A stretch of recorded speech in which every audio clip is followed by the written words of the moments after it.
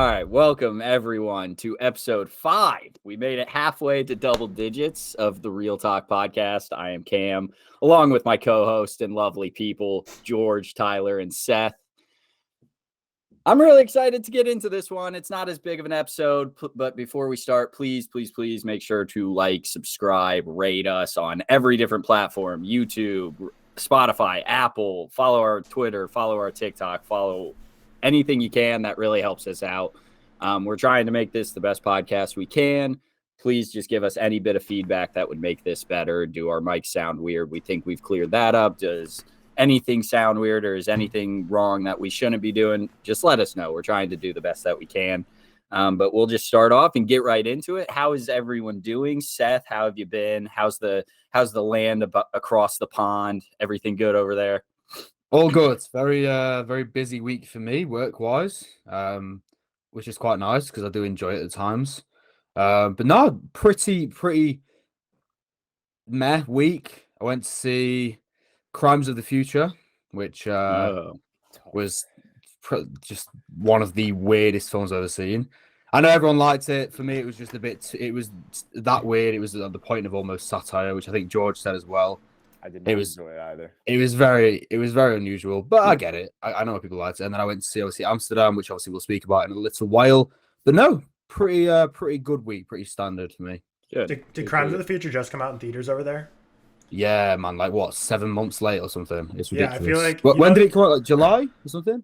I didn't see it early in the summer. There's always memes that Instagram Reels are so behind TikTok, and everyone always jokes about how late they are and stuff. I feel like USA films to UK films are like USA's TikTok, UK's Instagram Reels. You just get everything late. Like you're like Crimes. I saw Crimes of the Future. Like to me, I'd be like that movie. I thought it was like 2021 at this point. It's like a lot of like the obviously there's a lot more productions over in the US, but a lot of the films we get here.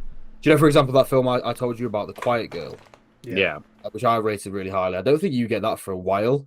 Yeah, it's just the majority of the bigger films come out obviously in the US, but I can't wait for you guys to watch that because I thought we could watch it. I thought Seth said it came out here already. Maybe you can. I didn't George and I have try to. tried. I'll be honest. I haven't found a single spot to watch it. Okay. Cam, you'd love it. I didn't put the effort in, but all right, that's fair. I mean, I'll be honest with you. Tyler, how you been? How's the land down under in Arizona, basically Australia? Going well. Quick question for you. What's the score of the Packers-Giants game right now? Oh, is that on? That was a test and you passed. Because last week you kept cutting out of your internet because you were looking up at the screen watching another football game going on. I didn't see you looking at the TV right now? Yeah, it's in London and it's raining. What else is new? Oh, damn, it's 10 out. Now Cam's going to put it on. Yeah, and then I'm going to cut out every second. But honestly, I might. Life's been good. Still working on fitness. I actually signed up for a marathon this week, so that's pretty intense. First marathon. That's a big full marathon. That's a crazy. Yeah. So it's not till next August, so I have plenty of time to train. But I've ran 2 half marathons before, and then really, yeah, when COVID first started, I got super into the running. I was like that typical person who's like, I'm just gonna go casually do an 8-mile run, but then completely went to shit with my fitness and like gained a ton of weight. Gonna get back into it. I'm doing the Beaver Canyon, Utah marathon. Starts at elevation of 10,000 feet. So that's gonna be really beautiful, but very hard to breathe and very intense. But I'm excited. It's gonna be intense. I have a long time to train, but exciting stuff coming. That's fair. That's good. I also, I started working out last week, as you guys know. I'm 2 out of. I've gone 2 out of 10 days. So not a great record, but we're batting at 20%. I missed this week.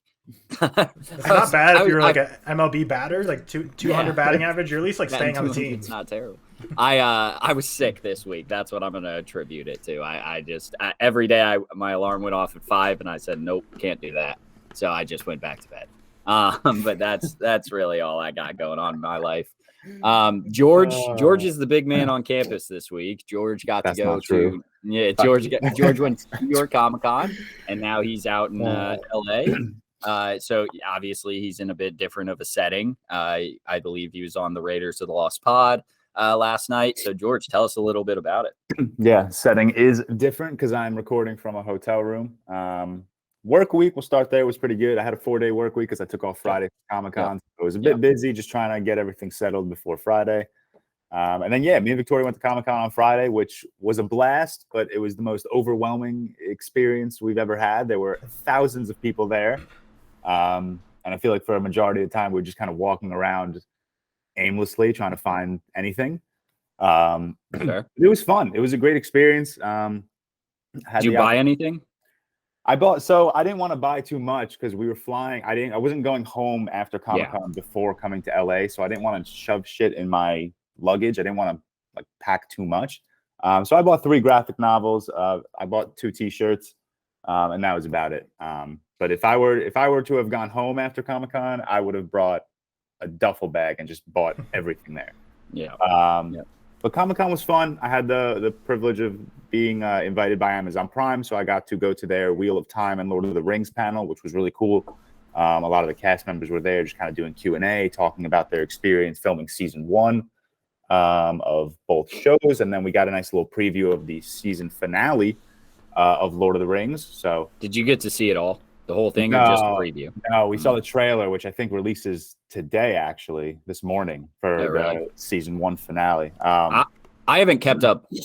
That's this week though, right? Yeah, this is the last episode. Yeah, I'm gonna be honest. I'm like 3 episodes behind, actually. Yeah, same. So seeing that trailer was a bit of a spoiler, but it's all right. That's fair. And then we didn't see anything. We flew to LA. We had hold up before you jump to LA. Shout out some of the people you got to meet in. Right, yeah. So I met Andrew's Visuals. I met at HZ Joe. To obviously movie comic talkers on TikTok. That story I posted on TikTok with a picture of the 3 of them was performed better than some of my posts recently. Classic. Like I should have just posted it as a post. There were so many comments like, "This is my end game" and shit like that, which was hysterical. But yeah, it was great meeting them. I met Joe for like 2 seconds because me and Victoria had to catch our bus back to the hotel, and he wasn't at the panel. Andrew was at the panel, so I got to hang out with him for like 2 hours or so. Awesome dude, really nice guy. Poor guy was exhausted. He came off a flight from London straight to the panel, so poor dude was just absolutely beat. But yeah, it was awesome. It seems like most of the movie talkers were there today. So I kind of missed a bunch of people there. But yeah, all in all, Comic Talk, awesome experience. Next year, you guys are going to come with me, and we're going to make that happen. And then, yesterday morning, we flew to LA. I had planned to Raise the Lost podcast asked me to come back on as a guest for their Harry Potter episode. So me and Victoria were like, you know what? Why don't we just go to LA? We have off on Monday. We have off this Monday for Columbus Day. So let's just make it a long weekend. We also took Tuesday and Wednesday off. So met up with them at their house. We recorded the episode. Got lunch with them, had a great day. And then yesterday, me and Victoria, we ate dinner, and then we went to bed by 8 p.m. LA time. So because that's 11 here. Yeah, that's so 11. we felt, even in the middle of dinner, we were like, God, we are exhausted. Yeah. That's how I felt like when I went to Mexico for my honeymoon, like last year. We were in bed by the first couple nights. We were in bed by 8. And then we were both up today at like 6, and we were like perfectly fine. Like we were like, because it's 9 o'clock, really. Not to intrude on them too much. Is their studio in their house? It is, yeah. So they actually they found a really cool house. It's like a nice little quaint house, and then they have a separate back garage. It's not even a garage; it's like a whole separate part of their house where they have their studio. You okay, Cam? I just died. I'm sorry. I'm good. I'm good. Sorry about that. No, but yeah, they have a really cool studio setup. I'll post videos on my story on Insta and TikTok for you guys to see. But yeah, it was nice to meet him. How long is the flight from New York to LA? So it was supposed to be 6 hours, but we actually left like 10 minutes early and then landed like 20 minutes early. So it ended up being like 5.5 hours, which wasn't terrible. And it was also a 6 a.m. flight. So Victoria slept for most of the flight. I slept for most of the flight. It went by pretty fast, honestly. And this is your first time in LA, right? This is our first time in LA, yeah. What are the vibes like so far? I know you've only been there just like a day, but how are you feeling about LA? Very different than NYC. It's much different than New York. I was telling Victoria, it's like a bunch of like high-end stores just clustered in the middle of like a shitty town. Like they don't keep it up. At least where we're in West Hollywood, so we haven't explored all of LA, but West Hollywood is not like kept in the best condition, which is pretty surprising. But it's nice. We have 4 more days here, so we're gonna explore and see what we can do. Nice. Good. Awesome. All righty, getting on this day in film history. To be honest, not a lot of shit happened on October 10th. Kind of a boring day. 10/10 too. You think more stuff would come down on this iconic date? Exactly. But in 2017, Thor Ragnarok had its premiere. Obviously, one of the better MCU movies in my opinion. In 1963, the second James Bond film was released on 10/10 from Russia with Love. And then a couple of happy birthday shout outs. My guy Mario Lopez, who I love, he's playing. Is he still the colonel? He might be the colonel of KFC still. I don't know. Or no, he was in a. Here's a deep cut. He was in a KFC like love story movie. Go look it up. I don't know what it's called, but Mario Lopez was the colonel in that. That's what I'm thinking of. Dan Stevens, happy birthday, and then Charles Dance, who is obviously known as Tywin Lannister. Happy birthday to you. So yeah, that's really all that happened today. And then moving right into some news, to be honest with everyone, we have kind of a slow week of news. So we'll talk some comic book news because obviously that's my gist. We'll go into some trailers, some just regular movie news, review Amsterdam, and then we're having a make your own movie draft. That's the big plan for the day. So we're going to be drafting a main actor, main actress, supporting actor, supporting actress, director, composer, and then a genre you want to be in. So that's kind of the plan for the day. We'll move right into some comic book movie news. Michael Waldron, who wrote Multiverse of Madness and was the showrunner and writer on Loki, is set to write Avengers Secret Wars. I believe Dustin Daniel Crenton, or who I forget his name, is directing it, correct? If I'm not mistaken. Mm-hmm. We talked about that at one point. Yes. But yeah, Michael Waldron set to write. People are mad at him for writing Multiverse of Madness because it says Illumawati, but I think he's a good writer. Did he write some of the Rick and Morty episodes? Is that the same guy? Yeah.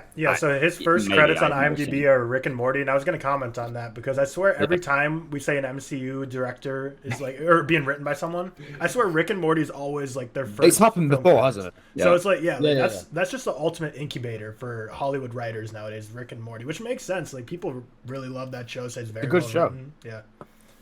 Explain some of the comedy.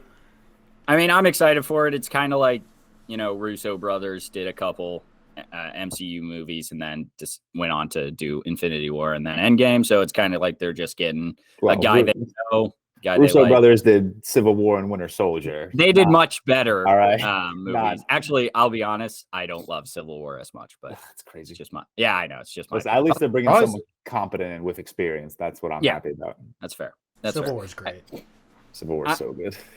I'm sure it'll be all right. Like I'm not. It is not something I'm stressed. I've seen like a billion TikToks about which that's the shittiest app ever to get like actual opinions from people.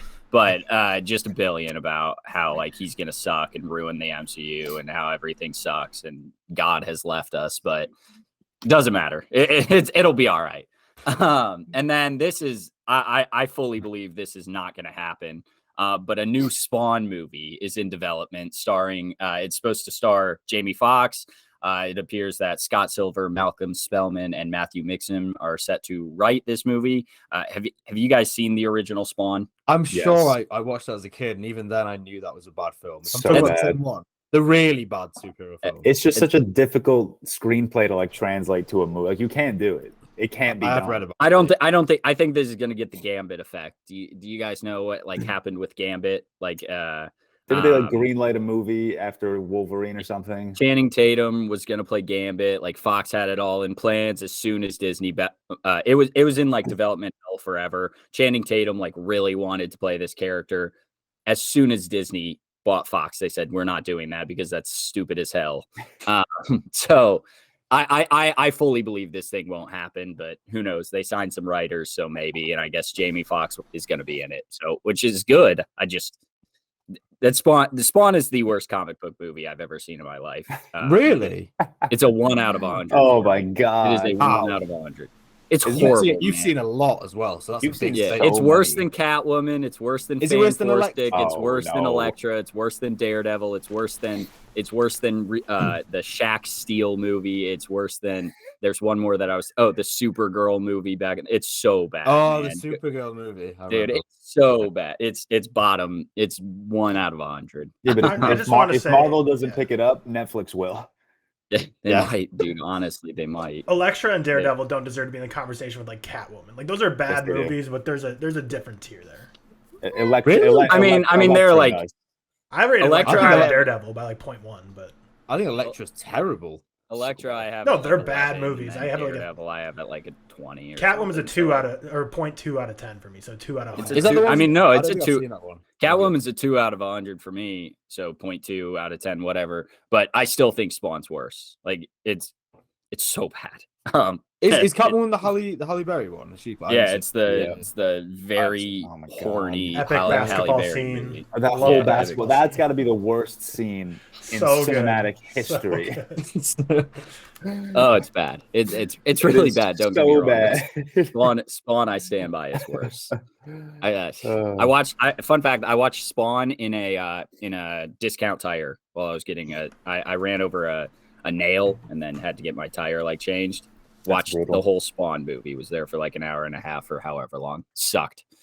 But I'm done with that stupid movie. Sounds like a bad day. It's a tough Really day, bad. man. It really is. That's Cam's origin story for villains. Villain arc. Honestly, it might be. It very well could be. Just kind of news, really not news. Charlie Cox returned this week as Daredevil, and it was great. George had a nice tweet the night before about them ruining it, about them how they're gonna ruin Daredevil, and I replied with old man yells at cloud. But it was a good return in my opinion. I think George didn't like the CGI of it, which is fair. Okay. Allow me to explain myself, Yeah, please. you're fine. I thought the way the character was written, I'll eat my tongue. I was wrong. I think for what we got in the 10 minutes of screen time that he was there, I thought it was fine. I could have done without the "my ass has remained unwhooped" line. Did not need to add that in. Absolutely not. Mainly because he opens so strong as Daredevil with what was the line he says? Like, you shouldn't be here or something. Or you should go home. Yeah, you should back off with Yeah, the fucking but- Daredevil thing. Bro, That's such a good oh thing my too, God, man. it was such It's and his so voice good. was so deep. It was so awesome. Yeah. I just wish they kept the practice. And obviously, it's a She-Hulk show. You can't practically Yeah. affect She-Hulk and make everything you need for that type of story practical. But I wish they kept some of the acrobatics practical. It looked so fake, like when the pavement was splitting and he caught the pavement and flipped up. I was like, that doesn't, like, that's not a person. Like, that's a CGI character. It just looked so fake. It's also a blind man who can hear a heartbeat. Okay, so. bro. But all in all, I didn't mind his return. I'm still holding my breath for Born Again. Yeah. So we'll see. That's fine. I have a question. Yeah. Obviously, I've not watched She-Hulk because course, I would. of course. But obviously, the trailer, the CGI was pretty awful. Has it actually continued like that in the show itself? I think it's got its moments and it's got its bad Yeah. moments. Like bad. So in this last episode, there's been parts where she is walking like into her office and it looks like a sim character walking. I mean, it's the clip that goes around. Like it's not That's good, but they like, it's weird where they spent their money because they've made it look good. Like when in this past episode with Daredevil, at the very end, she attends a gala. And like it's her as She-Hulk in a dress, and it looks really good actually. Like I was watching and I'm like, this looks like if She-Hulk were a person, it looks good. So it's like weird that they're not like neglected the simplicity kind of things, like walking into an office and stuff like that. I think so. Yeah, they did neglect it there, but then later they choose to use it when she's walking into the gala, which is just, where they picked and choose their money. Yeah, I guess. Yeah. I haven't seen a single episode of She-Hulk, not because I'm like boycotting the show or I'm like, oh, She-Hulk's a woman. It's just like, I'm just not interested right now, so I'm just not watching it. But I love the TikTok discourse is so fun to follow. Like I know nothing about the show, but just following on a TikTok so funny. I love Soup's video this week when he was reacting to the hallway scene.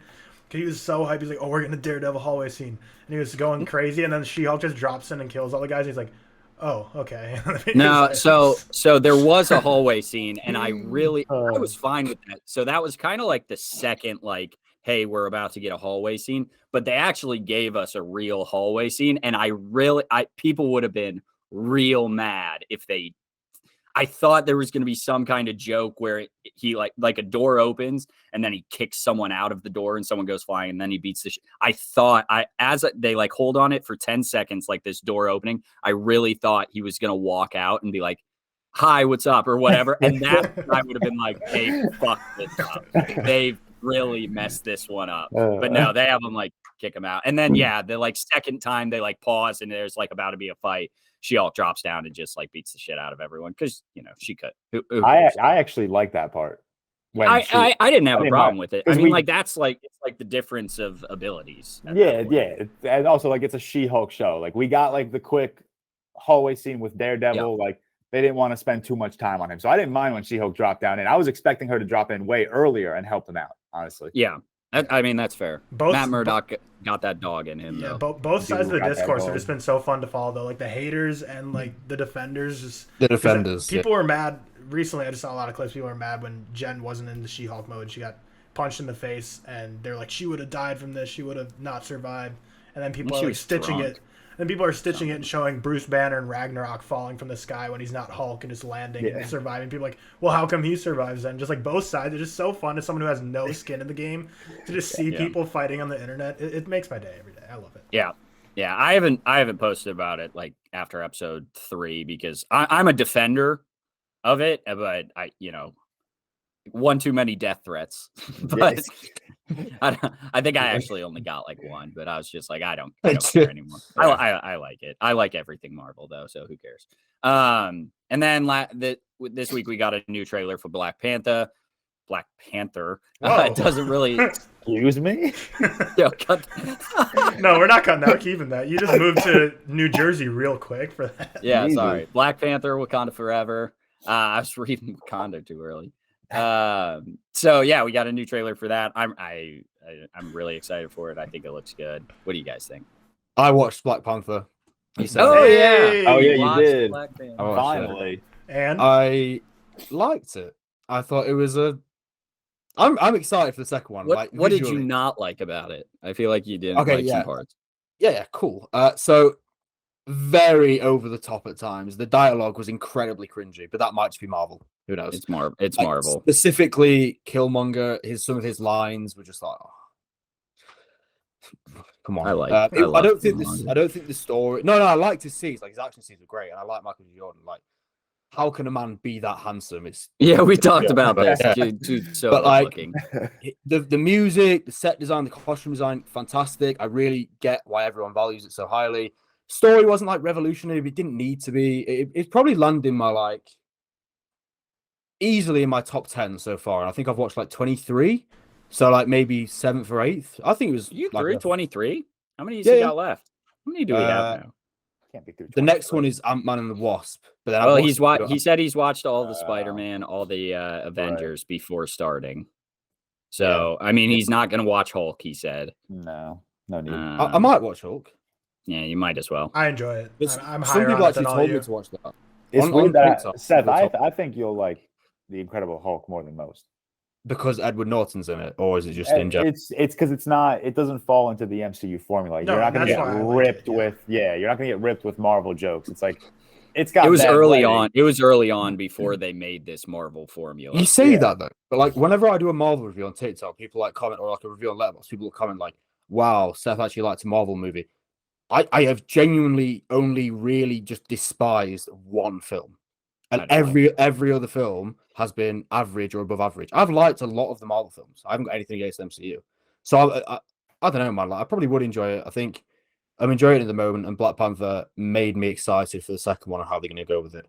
But the second trailer is, and it was great. Throwing aside the fact that Marvel gives away way too much in every trailer they drop, I think that was one of the better trailers they've ever put out. I don't know if they do. Oh, stop! I think you're. They do. So I think you're talking. God. You're talking Sony. You're talking Sony and Fox do. No, I'm talking Marvel. The Marvel Cinematic Universe. That's Spider-Man should have never been in the Civil War trailer. Never.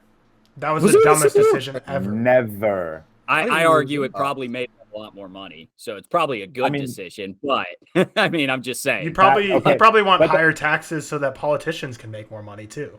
No. Oh, yeah, they should not have shown Shuri at the end of that. They should have kept it ominous. Yeah, I agree. So yeah, the big takeaways from the trailer, you get a lot of Namor. Get like Shuri is basically, God, I can't speak today. Shuri is basically like confirmed as the next Black Panther. I think M'Baku's going to be like next king of Wakanda, but like Shuri's going to be the Black Panther. It's going to like be a split role thing. And then at the start, George like kind of confirms they're having a funeral for Chadwick's. So which they should just pay homage. Yeah, you have move to on. Yeah. So that's really all the comic book news. And I tried to really add some more, but nothing this week. So you know me, I had to. You know me.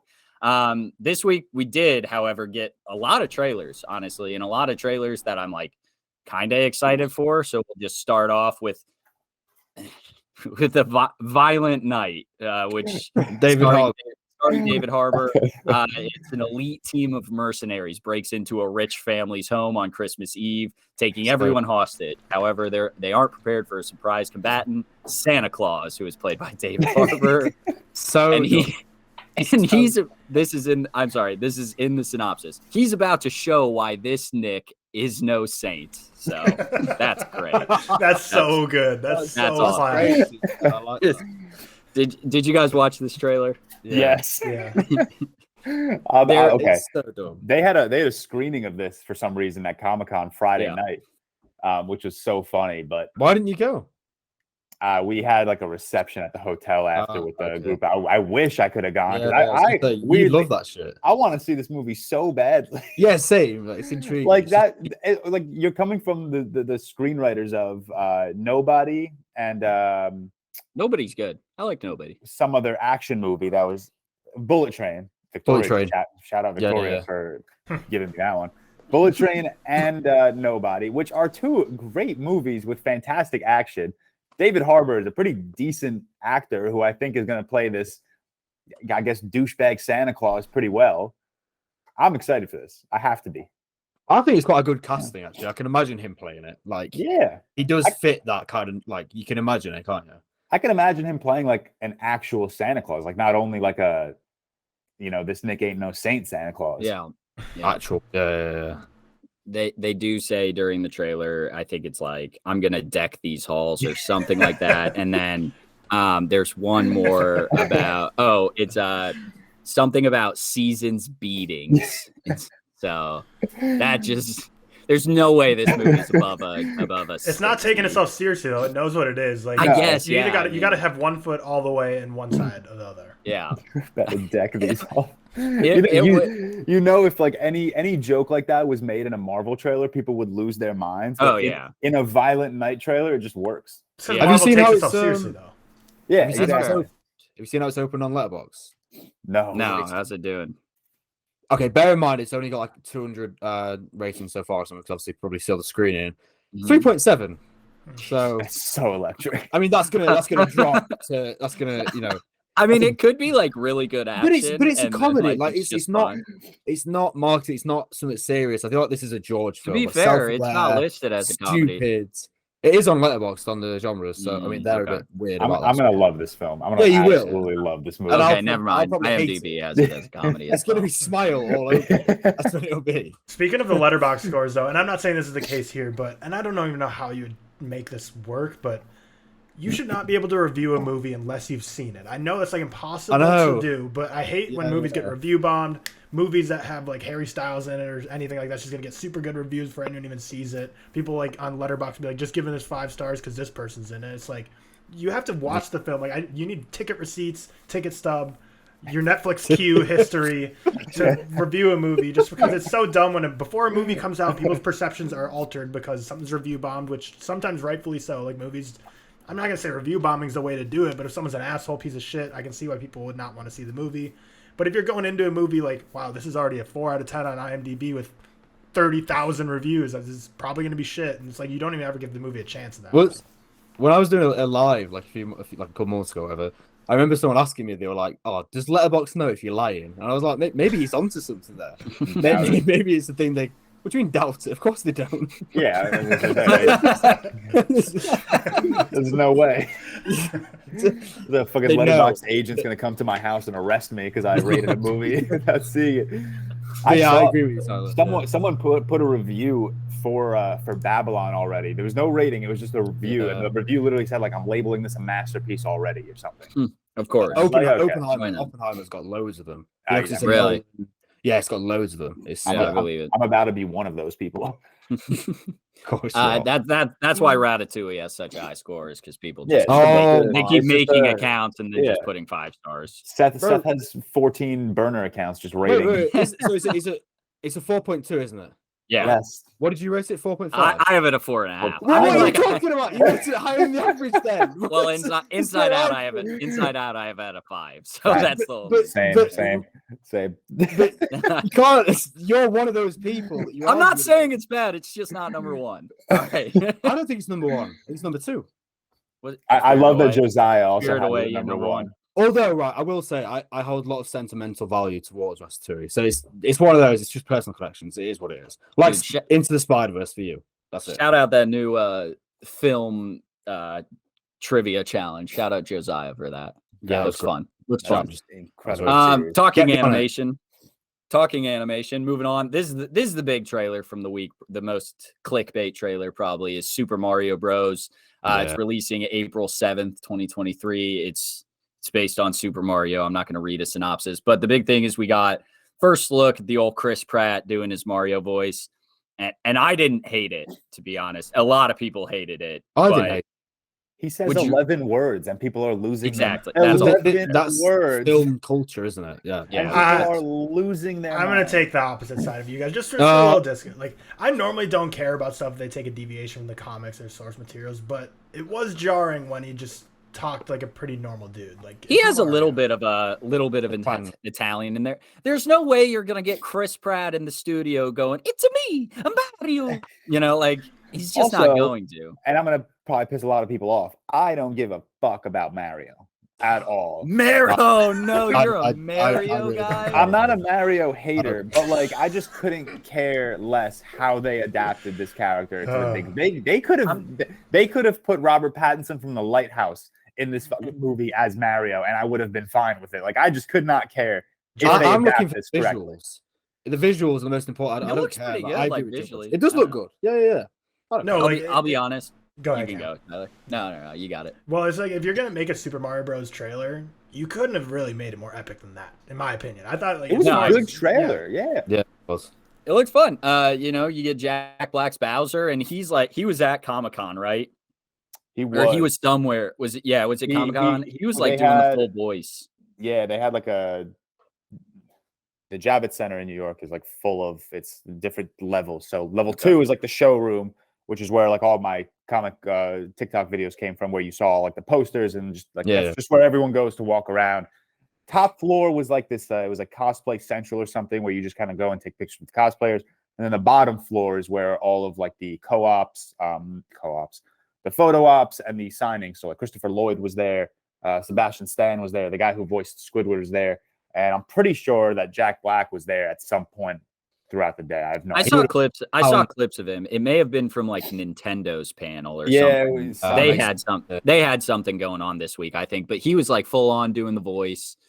My favorite casting in this though is Charlie Day as Luigi. I don't know why. I feel like that's perfect. Like that just feels perfect. I have no idea why, but he seems like Luigi. Charlie Day always just finds himself in the most random roles. Every time I watch Pacific Rim, I'm like, why was Charlie Day in this movie? Yeah. Have you guys seen I Want You Back from this year? It's a rom-com this year. I really liked it.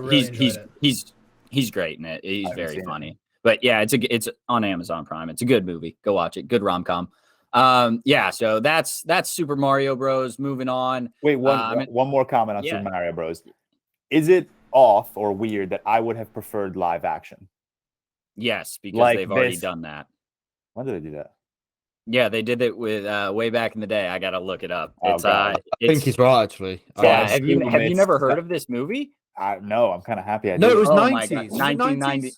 1993. Oh God! All right, Um, I retract my The statement. cast includes John Leguizamo as Luigi, who is in Violent Night, by the way, as the Yes. villain. Bob Hoskins is Mario. So they went with the approach of the villain is the Koopas, and Yoshi is like a Velociraptor. It's really weird, man. Have you seen the You have to look this movie up. I'm gonna, Please look at the costumes. It's amazing. Yeah, no, it's tough. Just Google like Koopa from Mario Bros movie. all right, It's I'm gonna bad. watch this movie. No, it's bad. Are you looking it up? I am looking it up. It's not great. Yeah, no, it's bad. But Okay. I want one of these comic or whatever, Super Mario, Sonic. I want like Chris Nolan to take the helm of it man. and just make this It's such a massive film, bro. scale, Why would he? beautiful movie. Like, what? No, that went off the rails real quick. But That's George, all so I'm when you're saying. saying you wanted a live action before we knew about this 90s film, are you saying you wanted something like Sonic where it's a blend or just full on live action? No, full on live action. Okay. I'm opposite of George. I actually quite enjoy. I mean, they're not great films, but Sonic 1, Sonic 2, I like Sonic. I thought they were fun. good. Like for a Sonic movie, I enjoyed both. They're for kids, George. They're fun. The That's all Sonic they 2, need to do. the end credit scenes of Sonic 2 had no business being that epic. Like I don't care about the Sonic verse at all, but seeing like Tails and Knuckles, I was like, whoa, this is like pretty hype. This is MCU level hype right now. I say this as respectfully as possible. Those movies suck. They don't. They are so bad. They are so cringy. They are so like, oh, kids' movies sick. The dialogue shouldn't be that bad. Our chemistry between the characters shouldn't be that bad. Jim Carrey is there for a fucking paycheck. I don't care what anyone says. He is terrible in that role. Just because he has a mustache does not mean he plays the character well. Well, here's what I'll say. Watching them with my 5-year-old niece, she loves them. She can't get enough. She loves Sonic. Listen, So respectfully, I'm going to fight your 5-year-old niece. perfect. I'll tell her you said that. Moving on, just gonna stick with movies. The Wonder trailer. It comes out November 16th, I believe. Yeah, when you Google it, it says September 2nd, but that was some film festival. Comes out November 16th, so next month. Obviously starring Florence Pugh. It's set in the Irish Midlands in 1862. The story follows a young girl who stops eating but remains miraculously alive and well. English nurse Lib Wright is brought to a tiny village to observe 11-year-old Anna O'Donnell. Tourists and pilgrims mass to witness the girl who is said to have survived without food for months. So is this anything? I think Seth is excited for it, probably. Yeah, definitely. It's got a really, really good cast. There's a lot of like, I don't want to say underrated, underappreciated actors in there. So Kieran Hines, who was in, I can't remember which Harry Potter was in now, but he was in obviously There Will Be Blood. He was in Bruges. He was in Silent. Belfast. Yeah, he's a great actor. Florence Pugh. From the reviews already, she seems to be brilliant, which is to nobody's surprise really, and it just looks really interesting. Good cast, interesting concept, and I think it's got 7.4 IMDb, 3.7 or 3.6 Letterboxd, so it seems to have started quite well. So I'm definitely looking forward to it. Yeah, definitely. That's the same score as A Violent Night. Although I did look at Violent Night, a lot of them are 5 stars, so that has got to be ironic. It's got to. Dude. Seth's our numbers, guys. It'll be the second 2022 release where Florence Pugh is in a world where not everything seems to be normal or what it seems she's on the so surface. good at that. She's so good at And losing Midsummer. sounds. Doesn't matter, man. She's great. She's so good at it. I What think is she's the right now what's the she- genre on this movie? So it's like thriller, history, Okay. drama. I drama. believe. I'd say They're the drama. kind- That dramas. synopsis sounds like it could have been like a psychological horror movie or something. Yeah. Looked like there's I a think little it bit will of be. that. I think it will be a bit of that, to be honest, from what I've seen. Not all out, not like a Midsummer or anything like that, but I think there will be kind of like psychological aspects in there. Yeah. And as we know, Florence Pugh with those aspects, she excels in a vast way, and I'd be very surprised if she doesn't in this film as well. But yeah, Well, I mean, looks good. have you seen Little Women? I haven't. I only got around to So watching good. Lady Bird. Yeah, really it's so good. I bring it up because like we know Florence Pugh can pull off like these period pieces because she is so goddamn I know good in she's that meant to be movie. made. That's where I started falling in love with her. She is so So good. Anna loves that film. I need to really watch it because I only got around to watching obviously Lady Bird fairly recently, so I need to go through Love Little Women as well. But Tyler, you were gonna say something about Florence? I was just gonna say Florence Pugh's like obviously everyone knows she crushes every role she's in, but I still feel like she's early on enough in her filmography that people don't hold her to like the Frances McDormand tier of like all-time actresses, but I think she's on her way. I think for she's sure. the best. I think she's the best actress working right now. We may find that out later. Florence Pugh or Frances McDormand? I don't think that's the hot take. Florence Pugh. You think Florence Pugh is the best actress working right now? I'd still take Amy Addams over her, but did Viola Davis die? Viola Davis is great. I think Florence Pugh is the best actress working right now. I don't think that's. I don't agree, but I don't think that's. I don't think it's a blasphemous statement, but I think. No. Oh shit! I have a blasphemous statement for you, George. You did. We'll talk that after the trailers. I've been teasing it, and I don't know if it's that blasphemous, but it probably is. What should be like really anticlimactic? We'll talk it after we get through trailers. Sorry. Let's keep going. So I need to know. Yeah, sticking with movies, Emancipation got a trailer this week starring Will Smith. Emancipation's a 2022 historical action thriller film directed by Antoine Fuqua and written by, that's not even a synopsis. Thanks, Wikipedia. Whatever. I'm not going any farther. I tried Wikipedia to get a synopsis. Looks good. I'm excited for it. George is apparently out on Will Smith, but he's still a good actor. It's tough because like I want to be out on Will Smith, but I love Anton Fuqua like so much. So like I'm at a crossroads right now on wanting to watch this movie and not wanting to watch this movie because fuck Will Smith. I'm super off the Will Smith train. I hope he kills the role. I really do. Where I thought you were ending that statement. Yeah, dude, that really sounded bad for a second, but I agree. I hope he does well as well. I'll never wish the worst on people. Like I hope he gives a good performance, but I'm just saying, fuck him. No, don't you rate Training Day like really highly, George? Yeah, it's a 5 out of 5 stars. Really? It's right on of all my 5 out of 5 stars on Letterboxd. It hovers right around like the 100 rank. Yeah.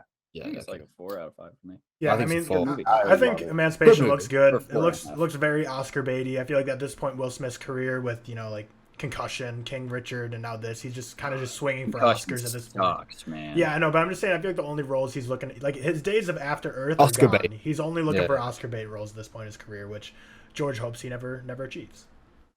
No, he already got his. That's not true. I will never wish the worst on people. I hope he kills this role. I hope he's nominated for an Oscar or whatever. But fuck him.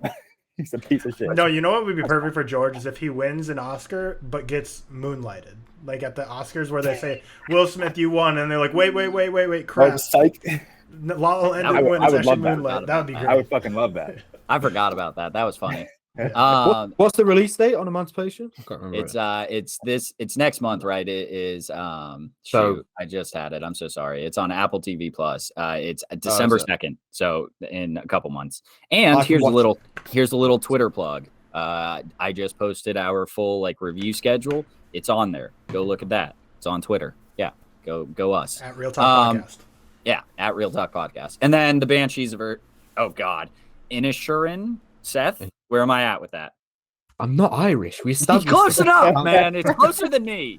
I think it's Inisherin. I'm assuming Inisherin. Okay. Yeah. But this, I'll be straight up. I didn't watch the trailer, but I'll give the synopsis. On a remote island off the coast of Ireland, Padraig is devastated when his buddy Colm suddenly puts an end to their friendship.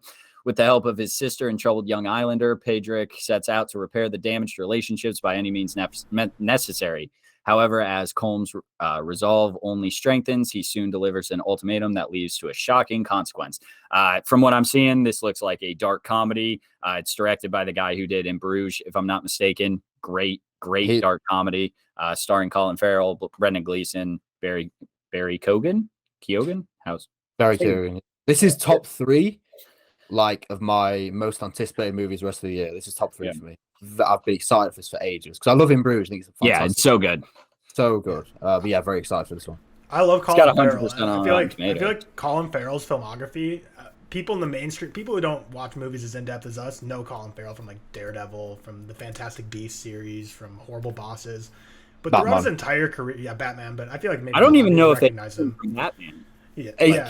Yeah, I know what you mean. It's not exactly that he's the most recognizable character, is he? Yeah, right. So but throughout his entire career, he's always done smaller budget or more indie films, not just lately with after Yang and now this. He's always been doing them. So he's a great actor that a lot of people know, but I think also a lot of people don't know quite how good he actually even is. I agree. Love him in everything. Did you guys watch After Yang? I didn't watch After Yang. I've seen The Lobster. We'll just swap questions and answers. The lobster Is that the A24? It seems like something Seth would like. Seth, the premise of The Lobster is if you don't find love, you turn into an animal. Is that the one Olivia Colman's in? is Olivia Colman in The Lobster? If she is, I probably like it. I think you'll like it regardless of her being in it. Isn't it the like A20? Oh, Olivia Colman is in The Lobster. Yeah. There we go. I haven't even seen it. I was thinking Rachel Weisz, but yeah, Olivia Colman is in it. But yeah, different. Is it the comedy like A24 like weird?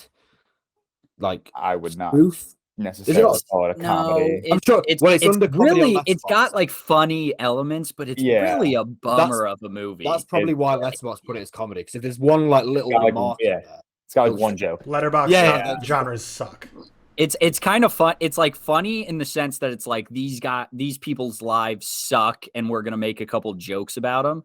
But really, it's just a bummer. And is it well sad to watch, man. Highly rated, or is it like 87 on Rotten Tomatoes? I don't have it that high. I don't love it as much. Didn't ask for Rotten Tomatoes. Sorry, I don't look at Letterboxd, dude. I just got IMDb. I look at Google. All right, let's see. IMDb is 7.1 out of 10. That's quite good. That's not bad. That is quite good. That's all right. But let's go to who actually matters. Cam Walsh. He has it as 79 out of 100. So that's a knowledgeable guy right there. That's a fact. That's not an opinion. Yeah, no. I didn't know you had films under an 80 and like in the middle of it, like a 20 and an 80. All of your films seem to be like 80, 90. I'm the only one who knows anything. I stand by it. My distribution slaps. All right, go look at it, Seth.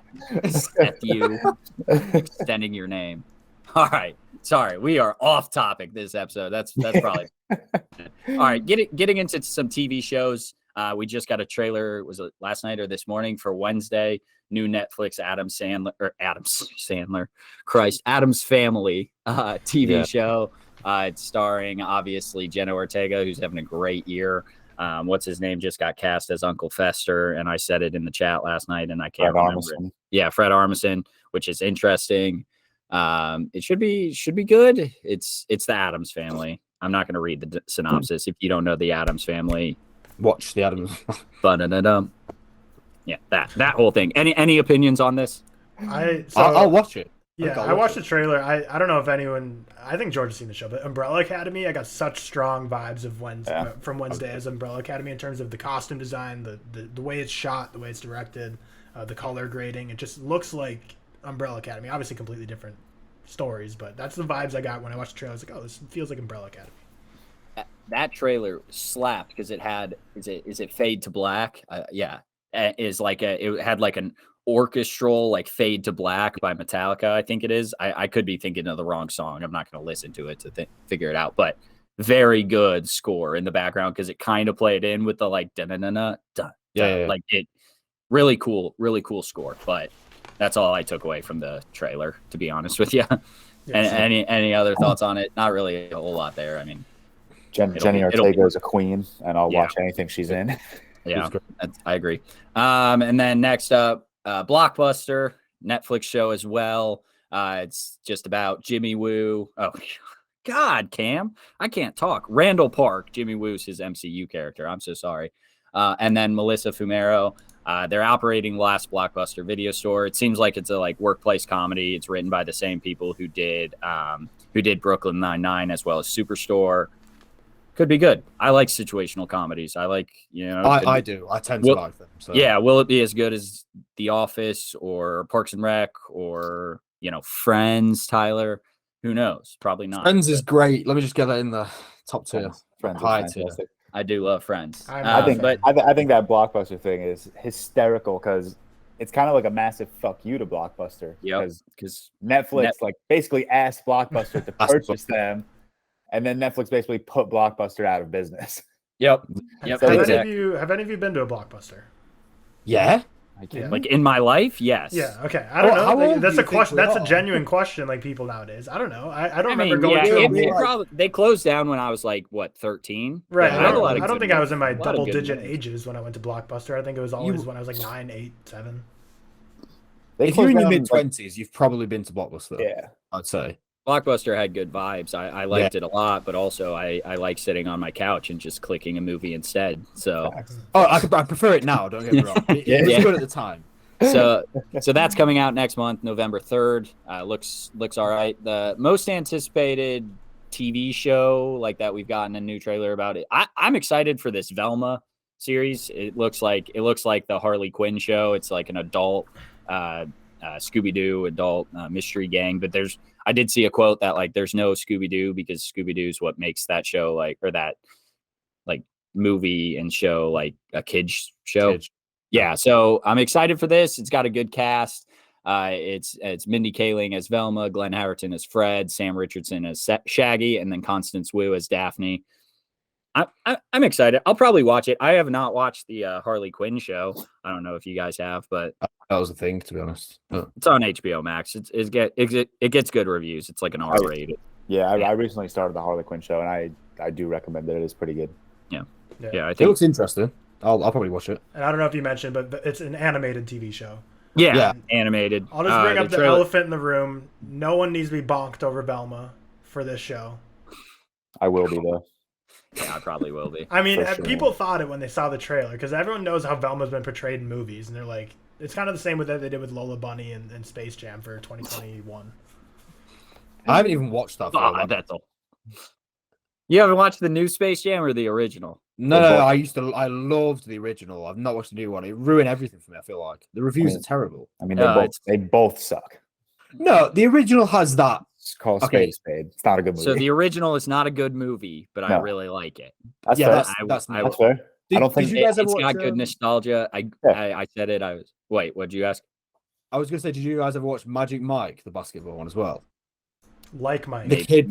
Like Mike. Like Mike. Okay, Magic Mike. I was like, what? Yeah, like Mike, I'd see him when I was a kid. Who gets the shoes and he goes in the NBA at like 10 years old. Yeah, that's a bad film. But it's fun. It's fun. I loved it as a kid. I can watch Space Jam still, though. Do you guys remember when they were trying to do like a Tony Hawk skate jam? Like as if the space part is the basketball. Like the jam is the basketball. The space are the Looney Tunes, and they were like, we're gonna make a Tony Hawk skate jam, and it's like, oh my god, that doesn't make sense. But that's beside the point. Okay, we're through trailers. Quick pause before movie news, because I do have to give my hot take, and I hate this like that I'm saying this is a hot take because this is very like, dude, we should start a podcast. I have so many hot takes. I'm so excited. I may have built it up too much. I think you have. He told us. I probably have. Yeah. He told us about 5 days ago. So I thought about this, and I stand by it. But maybe I can explain myself to where it's not as hot of a take. I would rather have the Moana soundtrack than any Hans Zimmer.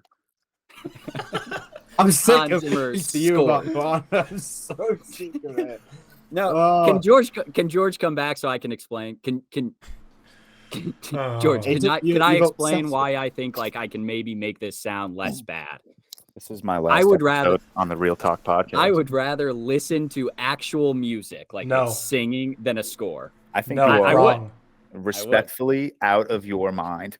I would rather have the Moana soundtrack than Hans Zimmer scores. Or honestly, for that matter, any of John Williams. I'd rather have I don't listen to scores as much. By any chance, did you fall on your head yesterday? It wasn't yesterday. This is a few days ago. I'll be straight up. I listen to Moana soundtrack quite often.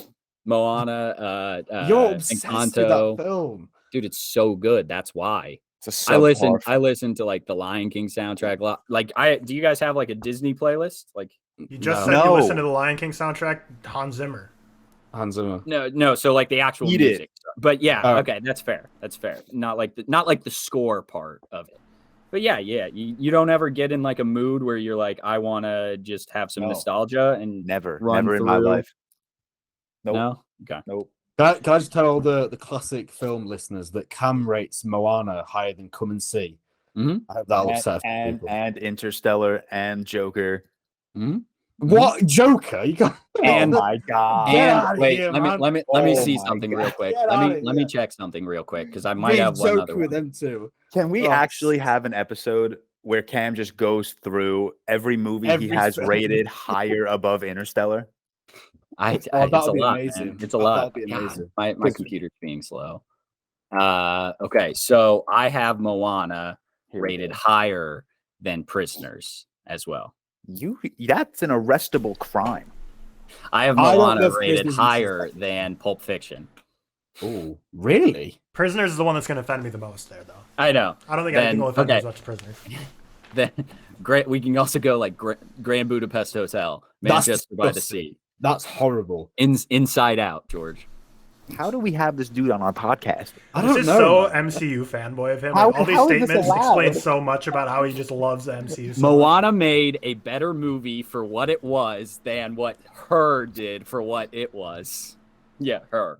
Hers. You're, level. oh Her- my god! Her might be one of the So- greatest romance dramas of all time. I George, can't comment George, anything. this was during my this was all said during my like top 100 movies of all time. I didn't and- pay attention to that. Clearly, No, that's fine. But I this, didn't. Like, this is when you first started following me, and you're like, "Hey, man, you're really knowledgeable." So I bet you regret saying that. I'm unfollowing you, bro. I better unfollow Cam on TikTok. Moana is better than The Incredibles. Oh come on! Really? I think so. No, I think so. not I really. think that's like seventh for me. I Watch think- the damn movie, Seth, and then maybe you can have an Yeah, but this is- opinion. Okay, actually, do you know what? Fair point, but okay, yeah. Do you know what? This could be my film for this week, and then you can hold it against me next week, and then we can go back to it. because Is Moana better than Return of the Jedi? well, that's just the average Moana's film. also better than A New Hope. I have A New Hope rated pretty low, George, to be honest with you. Like a 90. I have it at a 90 out of 100. That surprises me. Like So, I know, I I know. think it's really good. I just think it struggles pacing a little bit. And You know, considering you're like the biggest Star Wars and MCU defender, I would actually argue that some of your ratings are actually very fair. Some. I'm a keyword- knowledgeable man, I say. Cam smart. God. Can't believe you just disrespected Hans Zimmer like that. Oh, and Interstellar, obviously. Moana's better than that. yeah, we know, all bro. knew. We know. Okay. All right, that's my hot take of the day. Shout out me. Is this going to be a thing? Are we doing hot take of the day? Sure. Every Bring a host, hot take next week. every host, Every host just gives a hot take. I like that idea. Yeah. I'm with Yeah. it. Perfect. I love it. I love it. We're All gonna right. ruin Cam. I'm reeling us back in. Back to movie news. So interestingly enough, for some reason, we got like a couple stories that both Netflix and HBO Max like made a pitch for the Lord of the Rings like Tolkien estate. And neither of them were accepted. I don't know why Prime Videos was, but I think it was mostly Bezos because of the bucks. fact that Because Bezos has way more money. probably, but I think it was also a lot of the fact that they weren't touching like the original Lord of the Rings, and it seems Netflix wanted to pitch like an MCU type connected universe. They were going to make To the like Lord of the a Rings. a Gandalf movie, a Frodo movie, a Bilbo movie, all sorts of things. That like would have been horrible. Oh, probably Yeah. terrible. Yeah. And then HBO Max. Sorry, what's up, Seth? I can see why they went to Amazon and just disregarded that because and then HBO Max. It sounds like they basically wanted to make the Lord of the Rings movies like or story, but as a series, which probably could have been all right, but why remake it? Why? Yeah, exactly. Here's a take I have. I would like to see Harry Potter remade. Because They're planning with that. I thought there was a TV series that was like rumored to be coming out on Harry Potter. maybe A film? I don't kind know. of like a film or Yeah, I don't care. I also kind of want to see like the prequels remade, but that's just because I think it's a really interesting story that wasn't done very well. But I don't think they ever will. But also Harry Potter, I think when you watch it now, it looks really bad for like the original 2, maybe 3. They don't look good. Like I wouldn't say especially 3. The first 2, I agree. the first 2, that's fine. And that's kind of where I was thinking about it. Like it was just like from a case of the CGI, like when and it's not all. It doesn't all look bad. It's just like during the. I think we need to give Sorcerer's Stone the benefit of the doubt because that movie is 90% practical effects. Okay. So I agree. I don't think That's that I have Sorcerer on my Harry Potter ranking. I have Sorcerer's Stone last for the reason that I don't think it holds up as well as it should, but I give it the benefit of the doubt because it is practical effects, which is, and maybe it's just because I can like I don't want to see obviously the original trilogy be remade, but maybe that's just because I'm a huge like MCU fan Star Wars fan. Yeah, I'm tripping over my words all day. I just keep like messing things up. But I'd like to see Harry Potter remade because I'm not a huge Harry Potter fan. So maybe that's just I think huge Harry Potter fans would probably be mad. Yeah. Also, question: why is the first Harry Potter film? Why does it have two different names in the US and the UK? I don't get it. because US babies wouldn't be smart enough to understand what a philosopher is. Fair point. Fair point. True. I get it. True. No, yeah. Can't So figure that one out. just to go back in the comment, I said so. August 22nd of this year is the most recent, saying that J.K. Rowling's attached to an HBO Max series, Harry Potter. It's still nothing's like confirmed, but the like rumor mills have been like getting stronger and stronger. I hope they canonize in film that wizards and witches used to Just piss shit and poop themselves and then just like vanish it away with their wands. Canonize that, J.K. Rowling. You already tweeted it. Do it, coward. One more thing, just on the Lord of the Rings having been like brought up by HBO and Netflix. Why do they let us know this information? Like, I don't know. Why did we care that like HBO Max almost bought it or Netflix almost, like, it's not happening? I don't know. It's just it's. You want to know why, George? So 4 idiots can hop on a pod on Sunday at 10 a.m. and talk about it for no reason. That's fair. That's why. It's exactly why. I respect that. Yeah. Just I don't know. Probably for the discussion. It's also weird that they both came out in the same week, and we were talking about this, Tyler. Sorry, this is a point I thought of the other day. We were talking about this, Tyler. We're getting a lot of like Pinocchio content right now for some reason. We're getting a lot of Elvis content. You know what else kind of content we're getting a lot of like this year specifically for some reason? Facts. Sure. But cannibal content, Dahmer, Fresh, Bones and all. Yeah. Why all in the same year, and we haven't gotten so long? That's a fair point, actually. I was thinking about that the other day. Raw was a couple of years ago, wasn't it? Raw maybe. Yeah, I've never seen it. Sorry, I thought it was. The number It's just kind of odd, right? The number of reported cannibals is going to increase in 2023, and people are going to wonder why. Yep. Love it. Check it out. On your point, George, you know, in regards to like why would they release the information? It really just goes back to any publicity is good publicity. Like it just gets people talking about it, and then people are going to think of the name more. It's just common advertising practice, isn't it? Like they don't care what people actually think; they just want people to talk about them. Yeah. So who sold? Like who owned the rights? Is it like Tolkien and his like family? The Tolkien estate. Yeah. It's his estate. Because so Amazon they hate the Lord of the Rings movies. They hate and Amazon has the rights now to Hobbit and the Lord of the Rings, but they didn't buy the Silmarillion. So I wonder if that's something they're like keeping in their pocket, or they didn't want to give that up because that's like the origin lore of the Holy Grail. Yeah, isn't that like the story they're doing right now?